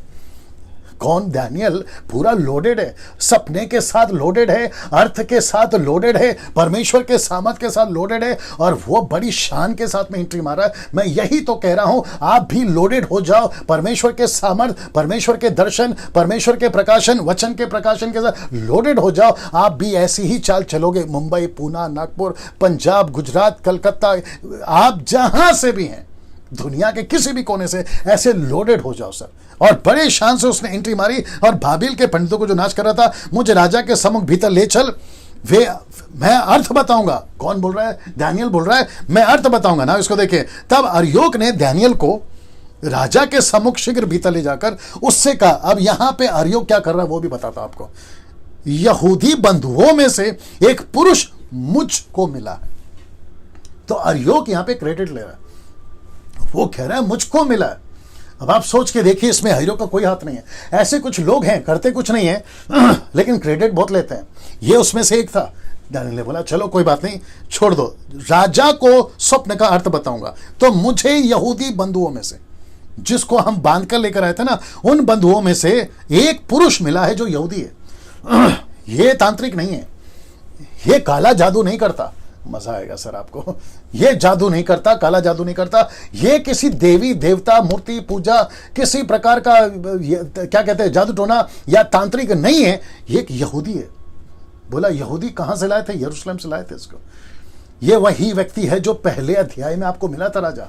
अब राजा इसके जब जैसे उसको देखता है, राजा क्या कहता है मैं आपको बताता हूं। राजा ने दानियल से, जिसका नाम बेलतशस्सर भी था, पूछा। ये नाम किसने रखा? इसी ने रखा, बेलतशस्सर। इसका मतलब ये इसके देवता का नाम का रखा है। वो नाम से उसने कहा कि जिसका नाम बेलतशस्सर भी है। पूछा, क्या पूछा देखिए, क्या तुझ में इतनी शक्ति है? क्योंकि उसके सामने जो पंडित खड़े थे ना, उनकी शक्ति तो फेल हो गई। बड़े ध्यान से सुनिएगा, मजा आएगा। क्या तुझ में इतनी शक्ति है कि जो स्वप्न मैंने देखा तू उसे अर्थ समेत मुझे बताएगा? मतलब मेरा सपना भी बताएगा और अर्थ भी बताएगा। ये चैलेंज उसने रखा। उसने बोला तू बता सकता है? वाह, आपको उसका जवाब सुनाता हूं। इधर देखिए, दानियल ने राजा को उत्तर दिया, जो भेद राजा पूछता है वह ना तो पंडित, ना तांत्रिक, ना ज्योतिष। बड़े ध्यान से सुनिएगा, मेरे साथ बने रहेगा। अभी बिल्कुल भी मोबाइल को छोड़ के नहीं जाना, मतलब बिल्कुल भी ऑफलाइन नहीं होना। ध्यान से सुनिए, मजा आएगा आपको। दानियल ने राजा को उत्तर दिया कि जो भेद राजा पूछता है वह ना तो पंडित, ना तांत्रिक, ना ज्योतिष, ना दूसरे भावी बताने वाले राजा को बता सकते हैं। वो नहीं बता सकते हैं। अब इसको देखिए, परंतु मजा आएगा सर, परंतु भेदों का प्रकट करने वाला परमेश्वर स्वर्ग में है। रिपीट कर दूं, लिखा है जो भेद को प्रकट करता है ना, वो एक परमेश्वर है, स्वर्ग में है। मैं आपके बीच में कुछ रख रहा हूं। उसी ने नबूकदनेस्सर राजा को जताया है कि अंत के दिनों में क्या क्या होने वाला है। ये अंत के दिनों को ब्रैकेट किया, उसको भी मैं बताऊंगा, ठीक है ना। तेरा स्वप्न, जो कुछ तूने पलंग पर पड़े हुए देखा, वह यह है। मैं अभी उसको बताने जा रहा हूं, तो मुझे इसको वापस रिपीट करने दीजिए। लिखा है, दानियल ने उत्तर दिया, जो भेद राजा पूछता है, ना पंडित, ना तांत्रिक, ना ज्योतिष, ना दूसरे भावी बताने वाले राजा को बता सके। किसको बताया पता है? दानियल को बताया। किसने बताया? जो परमेश्वर स्वर्ग में रहता है। आप जरा ध्यान से सुनिए। अपने भारत में 7 मेजर रिलीजन्स है। उन 7 मेजर रिलीजन्स में अपना क्रिश्चियन भी है। मैं क्रिश्चियन इसलिए बोल रहा हूं ताकि बात बाकी 6 आपको समझ में आ सके। हम क्रिश्चियंस नहीं, हम क्राइस्ट फॉलोवर्स हैं। हम यीशु के राज्य के लोग हैं। We don't call our self Christians, never. ठीक है ना? बाकी भारत के बाहर कितने रिलीजन है मुझे नहीं मालूम। मैं उन सभी को आज एक प्लेटफॉर्म पे खड़ा कर रहा हूं। मेरा प्रश्न है, जब ये पंडित पूछ रहे थे अपने अपने देवता को, अपने अपने देवी को, अपने अपने पूजने वाले को, तो ये कहां थे साहब? ना उस वक्त के अल्लाह ने बताया, ना उस वक्त के ईश्वर ने बताया, ना उस वक्त के किसी ने भी बताया, नहीं बताया। लेकिन स्वर्ग के परमेश्वर ने दानियल पे प्रकट करा कि अंत के दिनों में क्या होने वाला है। मैं वापस आपको कहना चाहता हूं, कुछ लोग कहते हैं इनकी बाइबल बदल गई। मूर्ख हो तुम लोग। कुछ लोग कहते हैं इनका बाइबल करप्ट हो गया। मूर्ख हो तुम लोग। हम copies of copies of copies of copies पे लेकर चल रहे हैं। मेरे पास में हिंदी इंग्लिश ट्रांसलेशंस हैं, मेरे पास में बाकी और ट्रांसलेशंस हैं। इससे कोई फर्क नहीं पड़ता। अगर 10 साल पहले का भी न्यूज़पेपर उठाओगे ना, वो चाहे टाइम्स ऑफ इंडिया का हो, लोकसत्ता का हो, या फिर कहीं का भी हो, वो लोकसत्ता पेपर पे जो 10 साल पहले प्रिंट हुआ था ना घटना, वो चाहे कितनी भी पुरानी हो, तो क्या घटना बदल जाती है? घटना तो घटी थी ना। उसको जिसने प्रिंट किया था वो पेपर तो वही है ना सर, ओरिजिनल ही है ना। वो घटना भी ओरिजिनल है ना। लेकिन आप उसको 10 साल के बाद में भी पढ़ोगे तो वही पढ़ने में आएगा जो 10 साल पहले आपने पढ़ा था। क्या बात करते हो यार? और हमको हमारा ओरिजिनल मैन्युस्क्रिप्ट नहीं है। मैं मानता हूं इस बात को। बहुत सारे स्कॉलर्स और बहुत सारे इंटरनेशनल लेवल पे ये एक्सेप्ट कर चुके हैं कि हमारे पास में ओरिजिनल मैन्युस्क्रिप्ट नहीं है। लेकिन हमको उसकी जरूरत भी नहीं है। हमारे पास में जो copies of copies of copies है ना, वो आप काफी है सर, वो काफी है। हम उसको पढ़कर आपके बीच में आ रहे हैं। तुम्हारा रखकर तुमने क्या कर लिया, ये फिर प्रश्न उठेगा ना सर। तो वापस कहता हूं कि परमेश्वर एक है स्वर्ग में, एक बैठा है परमेश्वर, जो दानियल का परमेश्वर, जिसको अभी ये दानियल आपके बीच में प्रचार कर रहा है। आपको समझना होगा सर, सच्चाई क्या, कहीं बहुत देर ना हो जाए। आजकल तो वैसे ही सारे चारों तरफ मौत मंडरा रही है। इस आखिरी पल में, इस ऐसी घटना के परिस्थिति में सच्चे ईश्वर को जानो। ये सब फेल हो गए। जितने तांत्रिक मांत्रिक थे ना, जादू टोना, सब फेल हो गए सर। अगर कोई उस वक्त में खड़ा रहा मजबूती से, तो वो दानियल था, क्योंकि दानियल के साथ परमेश्वर था। ये आपको बात समझना होगा। आप जैसी प्रतिक्रिया देना चाहो आप लोग दे सकते हैं ना। दोस्तों, पलंग पर पड़े पड़े जो तूने देखा था, मैं उसका सपना बताऊंगा ना। इसको देखे, हे राजा, जब तुझको पलंग पर यह विचार आया। ये देख रहे हैं? तो मतलब आपने सपना नहीं देखा था, आप सोच रहे थे किसके बारे में? अंत के बारे में। इसलिए लिखा है कि भविष्य में क्या क्या होने वाला है, आप मात्र सोच रहे थे। तब परमेश्वर ने आपको प्रकट किया। नबूकदनेस्सर जी, आपको प्रकट किया, किसी और ने नहीं किया, किसी और ईश्वर ने नहीं किया। किसी और पेड़ पे बैठने वाला, पेड़ के नीचे बैठने वाला, पत्थर पे रहने वाला, पत्ते पे रहने वाला, सूरज चांद को पूजा करने वाला किसी ने प्रकट नहीं किया। उसको यहोवा एलोहिम, यशु, थियोस ने प्रकट किया। ग्रीक वर्ड है थियोस, मतलब गॉड। उसने प्रकट किया और उसने बताया कि भविष्य में क्या क्या होने वाला। नबूकदनेस्सर से पूछिए कि परमेश्वर क्या चीज है। मैं कंक्लूड करूंगा तो आपको पता चल जाएगा ना। इसको देखिए दोस्तों, तब भेदों को खोलने वाले ने तुझको बताया। कौन है भेदों को खोलता है? अभी वो तारीफ कर रहा था ना कि भेदों को खोलने वाला आप परमेश्वर है। फिर क्या क्या होने वाला है, ये सारी बातें बताए। आमोस की किताब उसका 4:13 में क्या कहता है, देखिए। देख, पहाड़ों का बनाने वाला और पवन का सिरजने वाला, जो मनुष्य को उसके मन का विचार, ये देख रहे, मन का विचार बताने वाला, भोर को अंधकार करने वाला, भोर को अंधकार करने वाला, जो पृथ्वी के ऊंचे स्थानों पर चलने वाला, उसी का नाम सेनाओं का यहोवा परमेश्वर यहोवा है। Can you believe this? आप ताली बजा सकते हैं जहां बैठकर देख रहे हैं। आप नीचे आमीन टाइप जैसा चाहें आप वैसा कर सकते हैं। ये है मनों का विचार प्रकट करने वाला। और अच्छों को परमेश्वर मनों का विचार प्रकट करता है, वो चाहे विश्वासी हो या अविश्वासी हो, क्योंकि परमेश्वर को अपना झंडा गाड़ना है। ओल्ड टेस्टमेंट की बात कर रहा हूं। आज तो परमेश्वर की कलीसिया है, वो काफी है ना। इसको देखिए दोस्तों, अब वचन 30 में, मुझ पर यह भेद। दानियल की नम्रता देखिए, इसलिए यह आदमी बड़ा अच्छा है। वो कहता है मुझ पर यह भेद इस कारण नहीं खोला गया कि मैं और सब प्राणियों से अधिक बुद्धिमान हूं। अब देखो, परंतु केवल इस कारण खोला गया कि स्वप्न का अर्थ राजा को बताया जाए और तू अपने मन के विचार समझ सके। मतलब मेरा कोई क्रेडिट नहीं है। मेरा कोई क्रेडिट नहीं है। मैं 8 घंटा प्रार्थना करता हूं ऐसी भाषाओं में जिसको जिब्रिश कहते हैं, तब मुझे पावर मिलेगा, बकवास है। दानियल कहता है मैंने प्रार्थना किया इसलिए मुझे मिला। नो, ये परमेश्वर का अनुग्रह है। मैं रिक्वेस्ट करता हूं कि जितने भी अभी प्रभु के दास लोग मुझे देख रहे हैं, मुझे नहीं पता कौन कौन देख रहा होगा, कौन से कंट्री से देख रहा होगा, सर कभी कभी किसी भी चीज का क्रेडिट नहीं लेना। जिस दिन तुम क्रेडिट लोगे, मैं चौथे अध्याय पे आऊंगा तब बताऊंगा घमंडीपन का क्या असर हो, क्या बोलते हैं उसका अंजाम क्या होता है। जी, उसका अंजाम क्या होता है। कभी क्रेडिट नहीं लेना। आपके साथ जो भी हो रहा है परमेश्वर को महिमा दीजिए। इस व्यक्ति से हम ये सीख सकते हैं ना। वक्त को ध्यान में रखना है दोस्तों ना। इसको देखिए, राजा का स्वप्न पद 1 में, जो कि मैं आपको बता चुका हूं। दूसरा है असफल ज्योतिष, जो कि फेल हो गए। तीसरा परमेश्वर का सच्चा दास एंट्री मार चुका, यानी कि दानियल। अब बात करते हैं स्वप्न और उसका अर्थ की, जो कि ये रहा स्वप्न और उसका अर्थ। मैंने ये इसलिए रखा है ताकि आपको बराबर याद हो कि हम कौन से कड़ी में चल रहे हैं। 5 बातें, राजा का स्वप्न, असफल ज्योतिष, परमेश्वर का सच्चा दास, स्वप्न का अर्थ और दानियल का सम्मान। ये 5 बातें आपको बताऊंगा चैप्टर 2 में। नाउ अब चलते हैं 5 किंगडम्स पे, जो कि राजा ने जो सपना देखा उसमें 5 राज्य हैं। आइए देखते कौन सा। नाउ सबसे पहले वचन 31, यहां सब ठीक है जी दोस्तों। मैं इसको रख रहा हूं थोड़ी देर के लिए जी। लिखा है 31 में, दानियल के 2nd चैप्टर पे हम, और वचन 21 पे चल रहे हैं, ठीक है। ये चौथा पॉइंट है। लिखा है कि हे राजा, जब तू देख रहा था, दानियल सपना बता रहा है, तब तूने एक बड़ी मूर्ति खड़ी देखी। तब एक बड़ी मूर्ति देख पड़ी। ये इसको मैंने ब्रैकेट किया। बड़ी से मतलब वाकई में बड़ी। अब वो कितनी बड़ी थी इसका कोई मेजर नहीं है हमारे पास, लेकिन लिखा है बड़ी तो इसका मतलब है बड़ी, ठीक है ना, बहुत बड़ी। ना इसको देखिए, फिर मूर्ति जो तेरे सामने खड़ी थी, अब इसको देखो, वो लंबी चौड़ी थी, बड़ी लंबी चौड़ी। अब आप देख लो कितनी बड़ी होगी। फिर उसकी चमक अनुपम थी, इसका मतलब है बहुत शानदार चमक रहा था। जो मूर्ति थी ना वो बहुत चमक रही थी। याद रखो, बड़ी और चमक रही थी। अब ये देखो, और लिखा है भयंकर था। शब्द भयंकर, इसके कई मतलब है, मैं बताऊंगा आपको। तो पहला है बड़ी, दूसरा है चमकदार और तीसरा है भयंकर।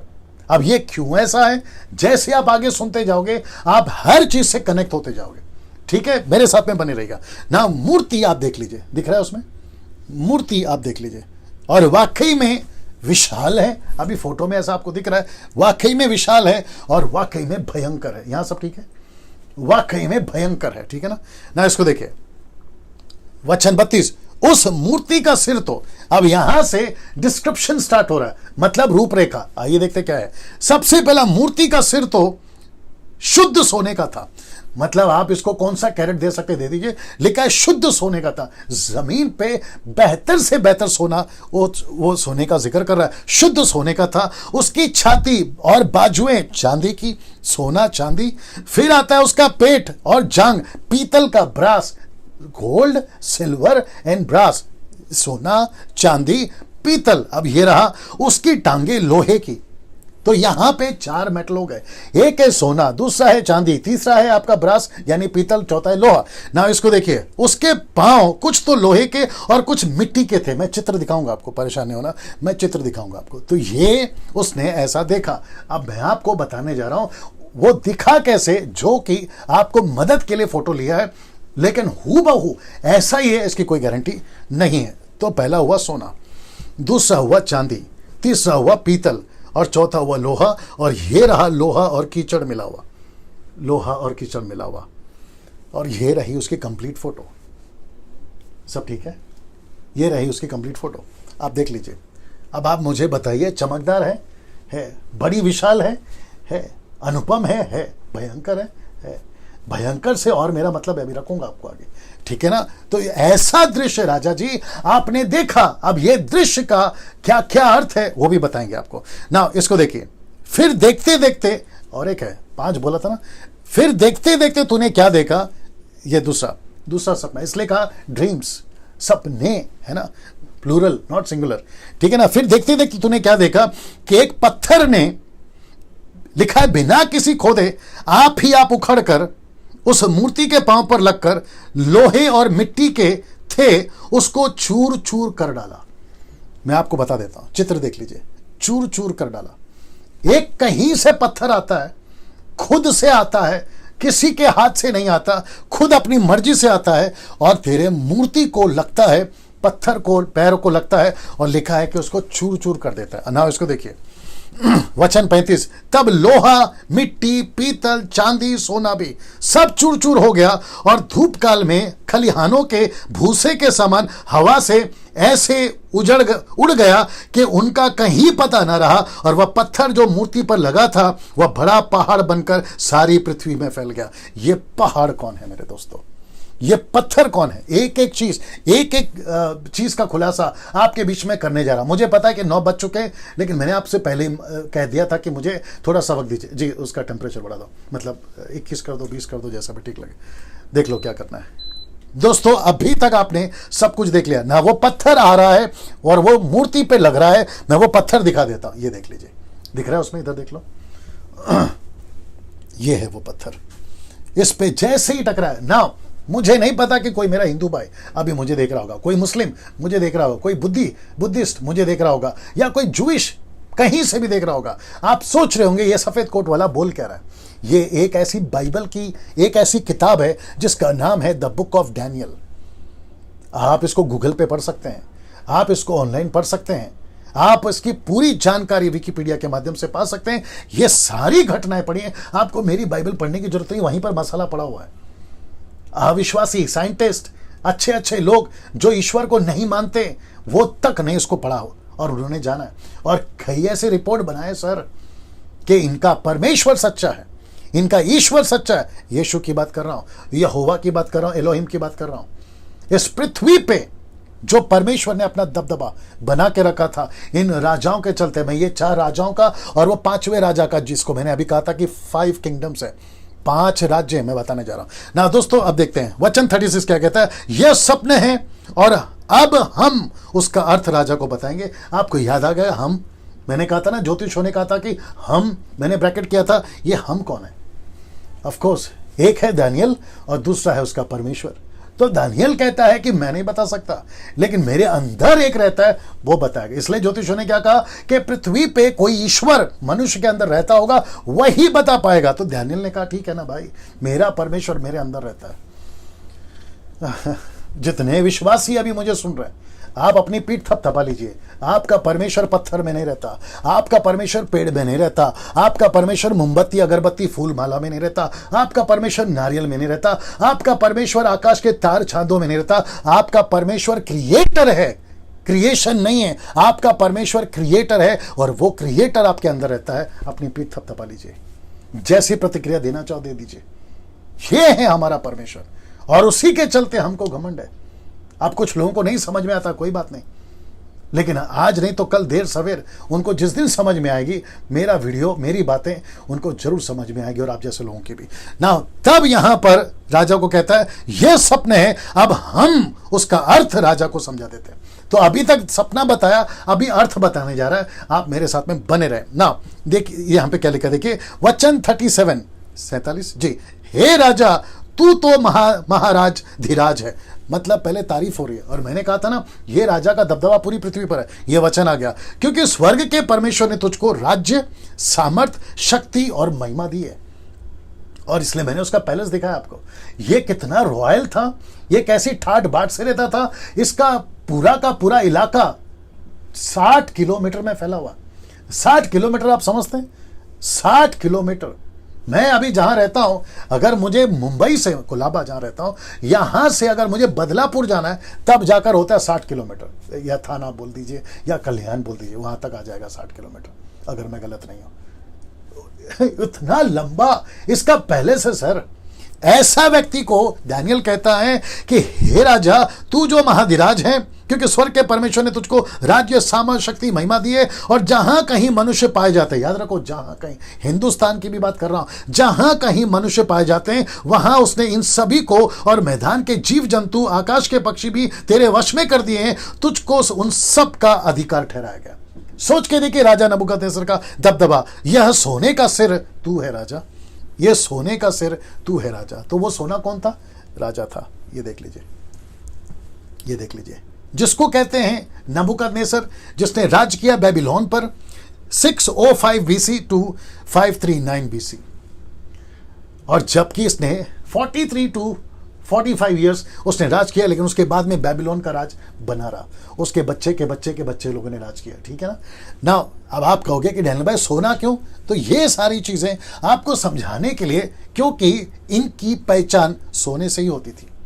मतलब जो जो राज्य है जिसमें ज्यादा फेमस होता है, जैसे बीजेपी की निशानी कमल है, कांग्रेस की निशानी पंजाब है, जिसको कहते हैं अपोक्लिप्टिक, जो मैं रेवलेशन के डब्बे बता चुका हूं, जिसका मतलब है छिन्न, दर्शन या पिक्चर या इमेजेस, ये बताता है अपोक्लिप्टिक, ठीक है ना। सो यहां पे बेबीलोन की पहचान है सोना, जिसके चलते ये हुआ। अब देखिए दूसरा, तेरे बाद एक राज्य आएगा, तो इसका मतलब है वो मूर्ति या स्ट्रक्चर, जो कि मूर्ति पूजा उसकी बात नहीं कर रहा हूं, स्ट्रक्चर जो ढांचा आपने देखा था वो दरअसल में ढांचा नहीं था, वो राज्य था। तो पहला राज्य राजा आप खुद हैं, आप सोने की जो मूर्ति आपने देखी थी ना सर, वो आप हैं। दूसरा राजा आपके बाद आएगा, लिखा है तेरे बाद एक और राज्य आएगा और उदय होगा जो तुझसे छोटा होगा, मतलब बेबीलोन से छोटा होगा, नबूकदनेस्सर से छोटा होगा, बेबीलोन से छोटा होगा। आइए देखते हैं वो कौन सा है, और वह है मादी फरासी, Medo and Persian, Medo Persia, यह है वो मादी फरासी, जो कि 539 BC टू 331 BC तक राज करा, और उनका निशानी था चांदी, उनकी पहचान होती थी चांदी से। तो परमेश्वर ने दानियल के द्वारा जो राजा ने स्वप्न देखा था, उसका खुलासा परमेश्वर ने, मैं वापस कहता हूं, सिंबॉलिक है, एपोक्लिप्टिक है, छिन्न है, दृश्य है, उसके रूप में परमेश्वर बात कर रहा है। अब आप लोग सोचोगे कि डैनियल भाई परमेश्वर अपोक्लिप्टिक या छिन्न के रूप में क्यों बात कर रहा है। अब आप सोच के देखिए, अगर परमेश्वर राजाओं का नाम बता देगा कि वो राजा ने, वो उसके बारे में मैं बोल रहा हूं, तो आपको नहीं लगता है कि पहली बात तो जो सपना बताएगा उसका तो खेल ही खत्म हो जाएगा। जो राजा को पता चलेगा वो राजा को पहले से मार दिया जाएगा। तो परमेश्वर जानता है कि कैसे बैलेंस करना है, उसके चलते परमेश्वर ऐसा बात कर रहा है, ठीक है ना। ये भी आपको समझना होगा। तो ये हो गया चांदी का जो छाती का जिक्र करा। अब दानियल की किताब उसका 5 का 28 इसका जवाब भी देता है। जब हम 5वें अध्याय पे आएंगे तो मैं आपको बताऊंगा कि दानियल ने क्या कहा था। लिखा है कि दानियल ने 5वें अध्याय वचन 28 में, पेरेस अर्थात तेरा राज्य, जो दीवार पे लिखा था ना पेरिस, तेरा राज्य बांट कर मादियों और फरासियों को दिया गया है। यह बात यहां पर क्लियर करता है, परमेश्वर खुद बता रहा है स्वप्न के अंदर कि तेरा जो राज्य है बेबीलोन, ये छोटे वाले को दे दिया जाएगा जो तुझसे छोटा है। किसको दे दिया जाएगा? मादी और फरासी को ना। दोस्तों ये आप समझ गए। अब बात करते हैं तीसरा राज्य की। फिर एक और तीसरा राज्य, ये देख लीजिए, फिर और एक और तीसरा राज्य पीतल का सा राज्य होगा। पीतल का सा राज्य, ये बताता हूं कौन सा है, जिसमें सारी पृथ्वी आ जाएगी। अब ये ब्रैकेट है तो इसका मतलब कुछ तो गड़बड़ है, मतलब कुछ तो सीखने लायक है, तो ये इसको याद रखना। लिखा है जिसमें सारी पृथ्वी आ जाएगी। मैं आपको बताता हूं ये कौन है। आप जैसे चित्र देखोगे आपको इशारा मिल जाएगा। ये रहा चित्र, पीतल, ग्रीस जिसने राज्य किया, जिसको कहते हैं हिंदी में यूनान, और ये रहा अलेक्जेंडर द ग्रेट, जिसको कहते हैं बादशाह सिकंदर। ये देखो, इस पृथ्वी पे, मैंने इसलिए कहा ना आपको, ये आपको याद रखना, इस पूरी पृथ्वी पे बादशाह सिकंदर ने राज किया। इसका इतिहास गवाह है। यह आपका यूट्यूब, गूगल, भारत के कई किताबों में इसकी जिक्र है। इसको सिखाया जाता है बच्चों को।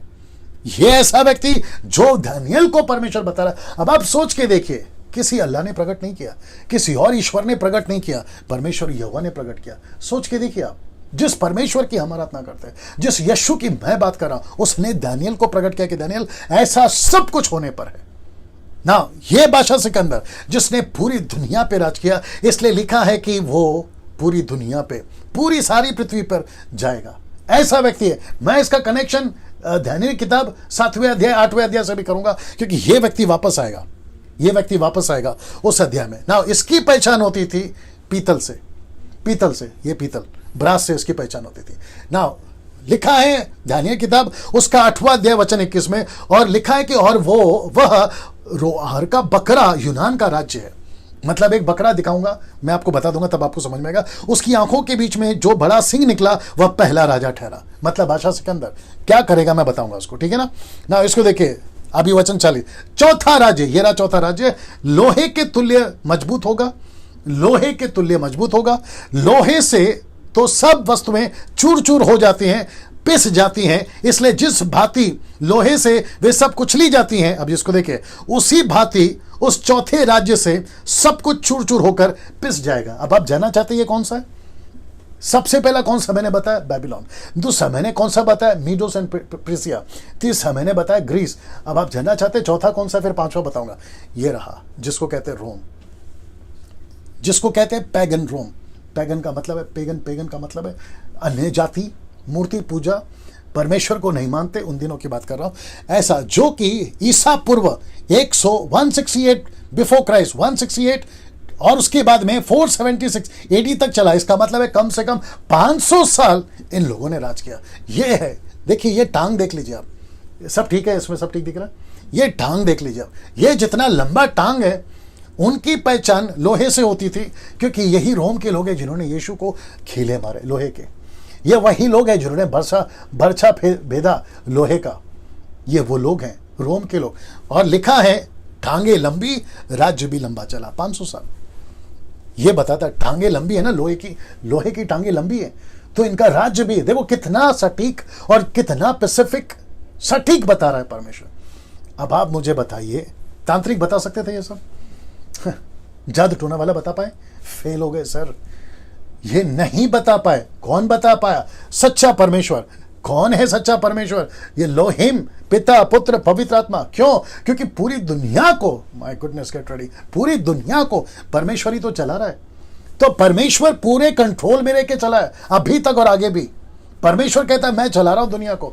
कौन सा राजा कैसा करेगा, क्या करेगा, इन सब की हिस्ट्री आपके बाइबल में। मैं रिक्वेस्ट करता हूं कि आज की युवा पीढ़ी को बाइबल पढ़ो सर, बच्चे लोग बाइबल पढ़ो।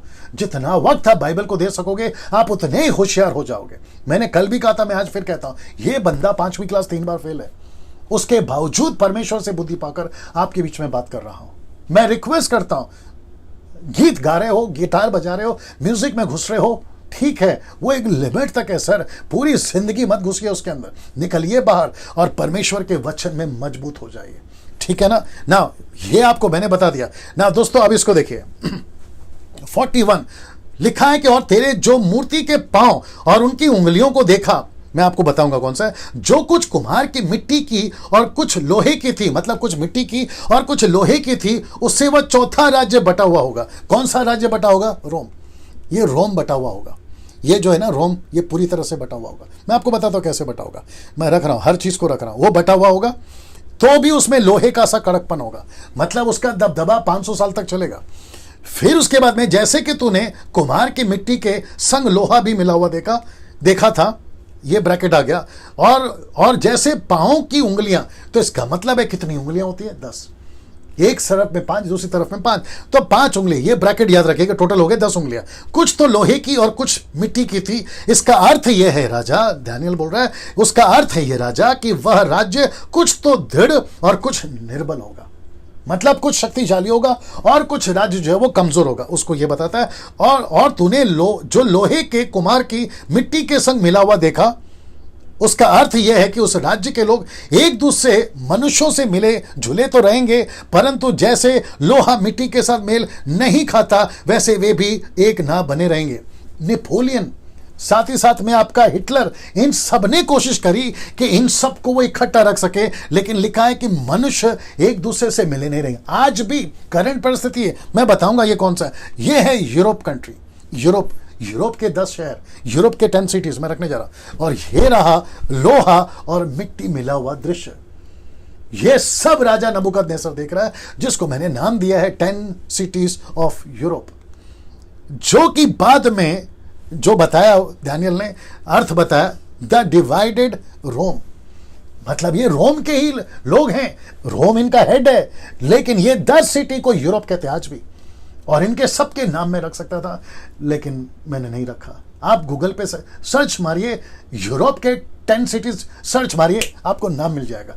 जो पहले नाम क्या था और अभी मॉडर्न में इन्होंने नाम क्या क्या रखा है, ये आपको पता चल जाएगा, ठीक है ना। मैंने जानबूझ के नहीं रखा ना। इसको देखिए, अब आपको पूरा का पूरा जो 4 किंगडम है मैं वो रखने जा रहा हूं। तो सबसे पहला है बेबीलोन, जो कि 605 BC टू 539 BC तक चला। फिर उसके बाद में मीडो पर्सिया जो कि 539 BC टू 331 BC तक चला। फिर ग्रीस आता है जिसमें किंग अलेक्जेंडर है जिसका मैंने जिक्र करा। 331 BC टू 168 BC तक चला उसका राज्य। पेगन रोम जो कि मैंने आपको बताया मूर्ति पूजा से भरा हुआ, परमेश्वर का कोई भी इसको नॉलेज नहीं था। 500 साल तक इसने राज करा। 168 BC टू 476 AD तक इसका राज्य चला। ये सब कुछ रखा है आपके लिए। फिर उसके बाद में आता है लोहा और मिट्टी मिला हुआ डिवाइडेड रोम जो कि उसने भी राज करा। आप यहां पर देख सकते हैं ये यहां से लेकर यहां तक, और अभी भी ये डिवाइडेड रोम, अभी तो मॉडर्न हो गया, नाम चेंज हो गया। ये सब आपको गूगल में मिल जाएगा, ठीक है ना। ये हो गया अभी तक का दृश्य ना। मजा देखिए, अब आपके बीच में आ रहा है फिफ्थ किंगडम, पांचवा राज्य। ये मजेदार है, यहां सब ठीक है, ये मजेदार है फिफ्थ किंगडम। और इसके दो थियरी हैं, लेकिन मैं जाऊंगा दूसरे वाले के साथ, ठीक है ना। दो थियरी है, एक है चर्च और दूसरा है क्राइस्ट। मैं आपको पहले बता देता हूं कि वो पत्थर कौन है, उसके लिए आपको ये मैंने बता दिया। फिफ्थ किंगडम, दो थियरी हैं, टू थियरीज। क्या क्या है, एक है चर्च और दूसरा है क्राइस्ट। कुछ लोग कहते हैं ये चर्च है, मैं आपको पहले बता देता हूं। फर्स्ट थियरी चर्च, ठीक है ना। ना पहले वचन पढ़ते हैं, लिखा है कि और उन राजाओं के दिनों में स्वर्ग का परमेश्वर एक ऐसा राज्य उदय करेगा जो अनंत काल तक ना टूटेगा और ना वह किसी दूसरी जाति के हाथ में किया जाएगा, वरन वह उन सब पर राज्यों को चूर चूर करेगा, उनका अंत कर डालेगा और वह सदा स्थिर रहेगा। तो इस वचन के आधार पर मैंने चर्च डाला था। यहां पे दो थियरी रखी थी ना, चर्च डाला था। तो ये वचन मैं इसके सपोर्ट में उतना नहीं हूं। मैं जब रखूंगा ना क्राइस्ट को, मैं उसके सपोर्ट में जाता हूं, लेकिन दोनों रख देता हूं। आपको जैसा ठीक लगे आप लेके चलिए। वो चूर चूर कर देगा, यानी कि चर्च कैसे, मैं आपको बताता हूं। मत्ती की किताब उसका 16 का 18 से 19 तक यीशु ने पतरस से क्या कहता है, याद आ जाएगा आपको। लिखता है, और मैं भी तुझसे कहता हूं कि तू पतरस है। फिर कहता है कि और मैं इस पत्थर पर अपनी कलीसिया बनाऊंगा। तो इसका कनेक्शन पत्थर से तो है। मैं वापस कहता हूं, मैं इसके साथ ज्यादा नहीं जा रहा हूं, लेकिन मैं दोनों थियरी आपके बीच में रख रहा हूं और कोई दिक्कत नहीं है इसके साथ जाने में भी। बात तो एक ही है ना, परमेश्वर को महिमा मिल रही है, कलीसिया यीशु की है ना, ठीक है ना। पतरस है और पत्थर पर मैं अपनी कलीसिया बनाऊंगा, अधोलोक के फाटक उस पर प्रबल होंगे। जो कि अभी ठीक पहले वचन पढ़ा, मैं तुझे स्वर्ग की कुंजियां दूंगा और जो कुछ तू पृथ्वी पर बांधेगा वो स्वर्ग में बंधेगा और जो कुछ तू पृथ्वी पर खोलेगा वो स्वर्ग में खुलेगा। तो ये बताता है, जो पिछला वचन अभी हमने पढ़ा, ये उसको मैच करता है, कॉन्ट्रडिक्ट नहीं करता है। उसके चलते मैंने रखा ना। इसको देखिए, वचन 45, जैसा तूने देखा कि एक पत्थर किसी के हाथ के बिना खोदे पहाड़ से उखड़कर, इसको भी बताऊंगा, उसने लोहे, पीतल, मिट्टी, चांदी और सोने को चूर चूर किया। इसी रीति महान परमेश्वर ने राजा को जताया कि उसके बाद क्या क्या होने वाला है। ना स्वप्न में और ना उसके अर्थ में कुछ संदेह। इसका मतलब है मैंने जो कुछ बताया है वो सब कुछ में कोई संदेह नहीं। अब वो पत्थर का जिक्र करता हूं जो किसी के हाथ बिना लगाए। अब जरा ध्यान से सुनो। जाकिर नाइक और उसके फॉलोवर्स और न जाने और राहुल आर्या जैसे कई लोग जो ये बकवास करते हैं यूट्यूब पे कि मरियम के पेट में यीशु कैसे आ सकता है, बिना फिजिकल रिलेशनशिप के मरियम के पेट में यीशु कैसे आ सकता है। ये दरअसल उसी का चक्कर है, ये कनेक्शन यहीं पर है। लिखा है बिना किसी के हाथ लगाए, बिना किसी के पहाड़ को खोदे एक पत्थर, मैं भी चित्र रखूंगा, वो आता है और इन सब राज्यों को लिखा है चूर चूर कर देता है। मैं आपको दिखा देता हूं, यह दृश्य था। यह है दानियल, यह है नबूकदनेस्सर, यह है मूर्ति और यह है पत्थर। एक और चित्र दिखा देता हूं आपको, यह है चित्र, ठीक है ना, जिसको कहते हैं, मैंने कहा था ना दो थियरी है, एक है चर्च और दूसरा है क्राइस्ट। उसको कहते हैं सेकंड थियरी जो है वह है क्राइस्ट, और जिसको आपके बीच में रखने जा रहा हूं second coming of Jesus Christ. ये देख लीजिए, second coming of Jesus Christ, ये है यीशु। तो ये पत्थर कौन है जो राजा देखा था, ये पत्थर कौन है, ये यीशु है, जो कि कहता है, वापस पढ़वा देता हूं, जैसा तूने देखा कि एक पत्थर किसी के हाथ के बिना खोदे पहाड़ से उखड़कर, लिखा है कि उसने लोहे, पीतल, मिट्टी, चांदी, सोने को चूर चूर कर दिया। इसी रीति से महान परमेश्वर ने राजा को जताया। इसका मतलब है कि बिना किसी के फिजिकल रिलेशन के यीशु मसीह शरीर में पैदा हुआ। मैं वापस कहता हूं, परमेश्वर को मत सिखाइए। परमेश्वर क्या करता है, हमारी हैसियत नहीं है। मैंने बताया था ना, डंके की चोट पे मैंने बताया था, एक वीडियो बनाया था मुंह तोड़ जवाब, कि यीशु मसीह ही गॉड है, यीशु मसीह ही परमेश्वर है। हम उसके सामने सवाल नहीं कर सकते दोस्तों, आपको स्वीकार करना होगा। और ये दानियेल की पुस्तक आज आपको मदद कर रही है। मैं परमेश्वर का धन्यवाद देता हूं कि मुझे यह अनुग्रह दिया कि इस तरीके से, कितने लोग देख रहे हैं, 1400 लोग, 1400 लोग ऑनलाइन अगर जुड़कर देख रहे हैं, यह परमेश्वर का अनुग्रह। और मुझे पता है कि इतनी तादाद में आज की तारीख में, जब से लॉकडाउन चल रहा है, आज की तादाद में इतना सारा लोग देखना, बाकियों के इसमें नहीं देखता हूं, बाकियों के इसमें मैं नहीं देखता हूं। 100-200 में, 50-60 में निपट जाता है। लेकिन अगर आप लोग देख रहे हैं, मैं इसका भी श्रेय केवल प्रभु को देता हूं। और मुझे ईमानदारी से मेरा काम करने दीजिए। अगर आप लोगों को प्रभु ने मुझे दिया है, मैं आपको ट्रेन करूं, सिखाऊं, मैं पूरी ईमानदारी के साथ सिखा रहा हूं। डंके की चोट पे बोल रहा हूं, यीशु मसीह सच है। किसी शारीरिक संबंध से वो पैदा नहीं हुआ। मनुष्य के, औरत के पेट में बच्चा कैसे, तुम होते कौन हो पूछने वाले कि मरियम के पेट में यीशु कैसे आ गया? तुम्हारी हैसियत है, तुम्हारी औकात है, उस परमेश्वर के साथ में तुम ये सवाल करोगे, तुमको पीस के रख देगा वो।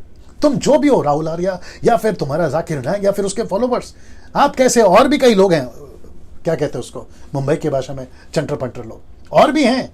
मैं उन सभी को कहना चाहता हूं, तो हमारी औकात नहीं है, आपकी औकात नहीं है परमेश्वर के ये सवाल पूछे कि मरियम के पेट में यीशु मसीह आ कैसे गया। कैसे पूछ लेते हो यार तुम? एक दिन तुमको यीशु के सामने ऐसे खड़ा होना होगा और तुमको एक एक शब्द का हिसाब देना होगा।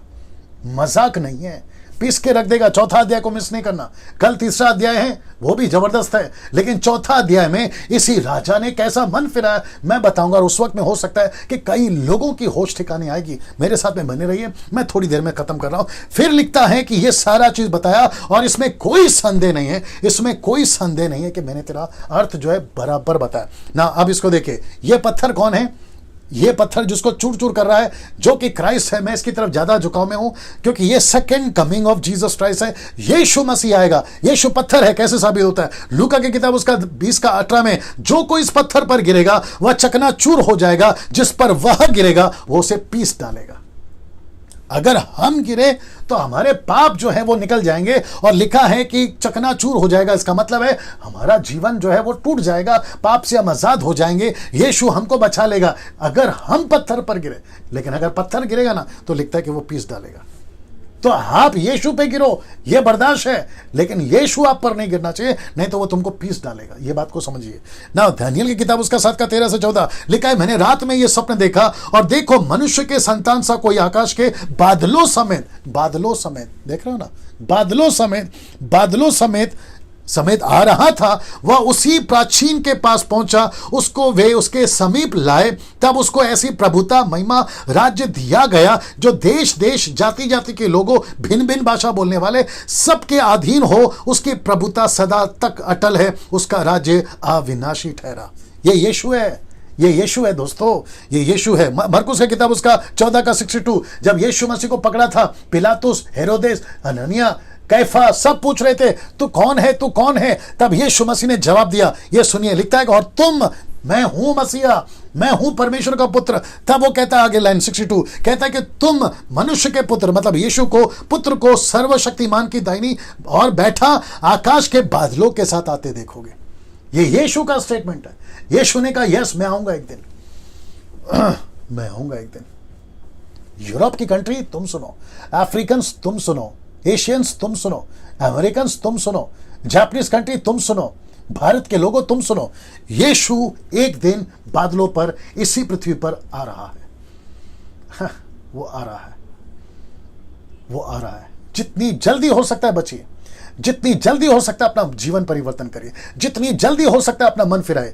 अगर तुम यीशु पे गिरे तो बच गए, लेकिन अगर यीशु तुम पर गिर गया, पीस के रख देगा ना। दोस्तों इसको देख लीजिए, मैं समाप्ति पर भी हूं, इसको देख लीजिए। ये रहा पूरा चित्र ना। अब यहां पे मैं आपको इसकी वैल्यू बताता हूं। सबसे पहला, सोना महंगा तो होता है पर वजन कम होता है। सोना महंगा तो होता है लेकिन वजन कम होता है। दूसरा एरो देख लीजिए, ये कौन है? बेबीलोन। क्या कहते हैं? सोना है लेकिन वजन कम हो गया, ठीक है ना। इसलिए लिखा है डरावना है, चमकदार है, देखा था ना, बहुत लंबा चौड़ा है। अब उसका एक और खुलासा दे रहा हूं। दूसरा है, चांदी थोड़ा कम महंगा तो होता है सोने से, पर वजन सोने से ज्यादा होता है। यह बात सही है ना? यह सब आपके हेल्प के लिए कि आप समझ जाओ ना। दूसरा, पीतल थोड़ा कम महंगा तो होता है, पर वजन चांदी से भी ज्यादा होता है। सोना का वैल्यू ज्यादा है, चांदी का वैल्यू उससे कम है, पीतल का वैल्यू उससे कम है। लेकिन नीचे से पढ़ोगे ना तो आपको पता चलेगा कि वजन बढ़ रहा है। यहां से कीमत बढ़ रही है, लेकिन यहां से वजन बढ़ रहा है। ये रहा चौथा, लोहा सबसे कम महंगा तो होता है, पर वजन सबसे ज्यादा होता है। मैं वापस कहता हूं, यहां से आओगे ना तुम, तो यहां से आपको कीमत लगेगा कि ज्यादा है, लेकिन जब यहां से ऊपर जाओगे तो आपको पता चलेगा वजन ज्यादा है। अब आपके दिमाग में एक बात चल रहा होगा, पांच से डैनियल, ये हो गया 4। पांचवे का वैल्यू और पांचवे का वजन क्या है, आइए बताते हैं आपको। पांचवा ये रहा सर, जो पहाड़ से निकला, पत्थर निकला और इसको तोड़ा। अब आप मुझे बताइए, पहाड़ का वजन सोना चांदी और आपका पीतल और आपका लोहे का सामने क्या है? दरअसल और एक बात बता दूं, ये लोहा चांदी पीतल सोना कहां मिलता है? इसी पहाड़ के अंदर। अब आप सोचिए, यीशु का राज्य सबका बाप है। यीशु का राज्य कहां गया? यीशु का राज्य सबका बाप है। तो सोचो चट्टान की क्या कीमत होगी और क्या वजन होगा, क्या वजन होगा। यीशु सबका बाप है। आपका बेबीलोनियंस, आपका मीडोस एंड पर्सिया, आपका ग्रीस, आपका रोम और रोम के यूरोप के 10 सिटीज, और यहां पर आता है यीशु, उसकी कलीसिया। मैंने 2 थियरी रखी, कलीसिया और यीशु चूर चूर कर दिया सर। मैं वापस कहता हूं, यीशु का प्रचार डंके की चोट पे करो, सर उठाकर करो, कभी नहीं डरना। जिनको मार पड़ी है कोई चिंता नहीं, ये चोट है आज नहीं तो कल ठीक हो जाएगा। लेकिन यीशु के लिए जो तुम काम कर रहे हो ना, सलूट है आप लोगों को। मैं वापस कहता हूं, बस मैं 5 मिनट मुझे और दीजिए, मैं समाप्त करता हूं। ये रहा 5वीं बात, जो कि आखिरी है। राजा का सपना, असफल ज्योतिष, परमेश्वर का सच्चा दास, स्वप्न और उसका अर्थ बता दिया। ये रहा दानियेल का सम्मान। आइए देखते हैं दानियेल का सम्मान कैसे हो रहा है। मैं कुछ चित्र दिखाऊंगा। इतना सुनकर, कितना सुनकर, ये सब सुनकर मजा देखिए। नबूकदनेस्सर राजा ने मुंह के बल गिरकर दानियेल को दंडवत किया और आज्ञा दी कि उसको भेंट चढ़ाओ और उसके सामने सुगंध वस्तु जलाओ, क्योंकि राजा का कल्चर ऐसा है, राजा को ऐसी सम्मान करने आता है। दानियेल ने मेक श्योर कि उसको रोका होगा कि मुझे क्यों प्रणाम कर रहा है। उसका सर्टिफिकेट वो पहले ही दे चुका है, मेरी कोई काबिलियत नहीं है, तेरा सपना बताने में तो वो प्रभु का आता है। लेकिन ये वहां का सिस्टम था, तो राजा उसके पैरों पे गिरा। ये देख लो, दिख रहा है उसमें सब ठीक है। ये देख लो, ये है राजा, ये है दानियेल, और ये है बाकी ज्योतिष जो काले जादू के साथ में, तंत्र मंत्र के साथ में लेकर घूम रहे थे। सब ठीक है ना? अब आप सोच के देखो, सोच के देखिए, क्या दर्जा मिला दानियेल को, क्या सम्मान मिला दानियेल को ना। इसको देखिए, राजा क्या कहता है 47 में, मैं समाप्ति पर आ गया। फिर राजा ने दानियेल से कहा, सच तो यह है, मजा देखिए, लिखता है, सच तो यह है कि तुम लोगों का परमेश्वर सब ईश्वरों का परमेश्वर है। क्या बात है। रिपीट कर दूं, कहता है सच तो ये, मतलब अभी इसकी आंख खुली, कहता है, और चौथे में तो और खुलेगी, चौथा अध्याय में तो और खुलेगी। सच तो यह है कि तुम लोगों का परमेश्वर सब ईश्वरों का परमेश्वर, सब ईश्वरों का परमेश्वर है। आप नाम लीजिए, उनका भी परमेश्वर हमारा परमेश्वर है। किसी का भी नाम लीजिए, इस पृथ्वी पे, पृथ्वी के किसी भी प्लेनेट पे जो भी ईश्वर होता होगा, उन सब का बाप, उन सब के ऊपर यशु है। मैं रिपीट करता हूं, यशु है। ये बात को समझिए दोस्तों, सब फेल हो जाएंगे आने वाले दिन। और इसका नजारा देख लिया ना, ये 3 महीने में, 4 महीने में देख लिया ना। अमेरिका फेल, चाइना फेल, अपना भारत का सरकार फेल, आपकी पूरी दुनिया के साइंटिस्ट फेल, आपके जितने भी विज्ञान थे वो फेल। यहां तक कि एक भी अभी तक कोरोना वायरस से लड़े, उसका जो है एक छोटा सा दवाई नहीं बना सके। ये है झटका। मैं वापस कहता हूं, 4 कारणों से आया है ये वायरस, ताकि इंसान को उसकी औकात याद दिला सके, इंसान क्या चीज है।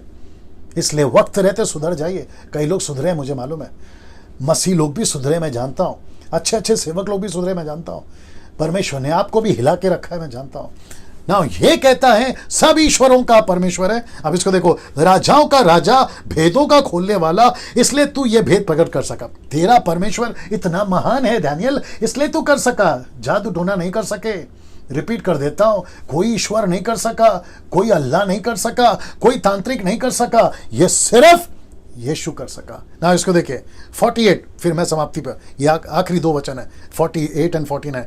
तब राजा ने दानियल का पद बड़ा किया, उसको बहुत से भेंट दान दिए, यह आज्ञा दी, आज्ञा क्या थी देखो, यह आज्ञा दी कि वह बाबेल के सारे प्रांत पर हाकिम और बाबेल के सब पंडितों का मुखिया बनेगा। सब पंडितों का मुखिया बनेगा या प्रधान बनेगा। तब दानियल ने के विनती करने से राजा ने शद्रक, मेशक और अबेदनगो को, शद्रक, मेशक, अबेदनगो का नाम इसलिए लिया क्योंकि वो सबके सामने थे, उनका नाम लिया, बाबेल के प्रांत के कार्य के ऊपर नियुक्त कर दिया। परंतु दानियल आप ही राजा के दरबार में रहा करता था। उसके पीछे मकसद है, आपको 12वें चैप्टर तक चलेगा, वो राजा के दरबार में क्यों था, उसके पीछे मकसद है। दोस्तों, आशा करता हूं कि 1.5 घंटे में मैं आपको चैप्टर 2 समझा पाया। आशा करता हूं कि आप लोग सीखे होंगे, बहुत कुछ सीखे होंगे। अब आपका काम यह है, इसको जितना शेयर कर सकते करिए, इसकी लिंक कॉपी करिए, व्हाट्सएप पे देते जाइए, जहां तक दे सकते हैं, जिसको देना है उसको दीजिए, ठीक है ना। और मैं रिपीट करता हूं, किसी के बाप से डरने की जरूरत नहीं है यीशु का प्रचार करने के लिए। परमेश्वर आपको आशीष दे। कल तीसरा दिन है, कल तीसरा चैप्टर है, ठीक रात 8 बजे यह बंदा आपके सामने फिर हाजिर होगा। परमेश्वर आपको बहुत आशीष दे। जय मसीह।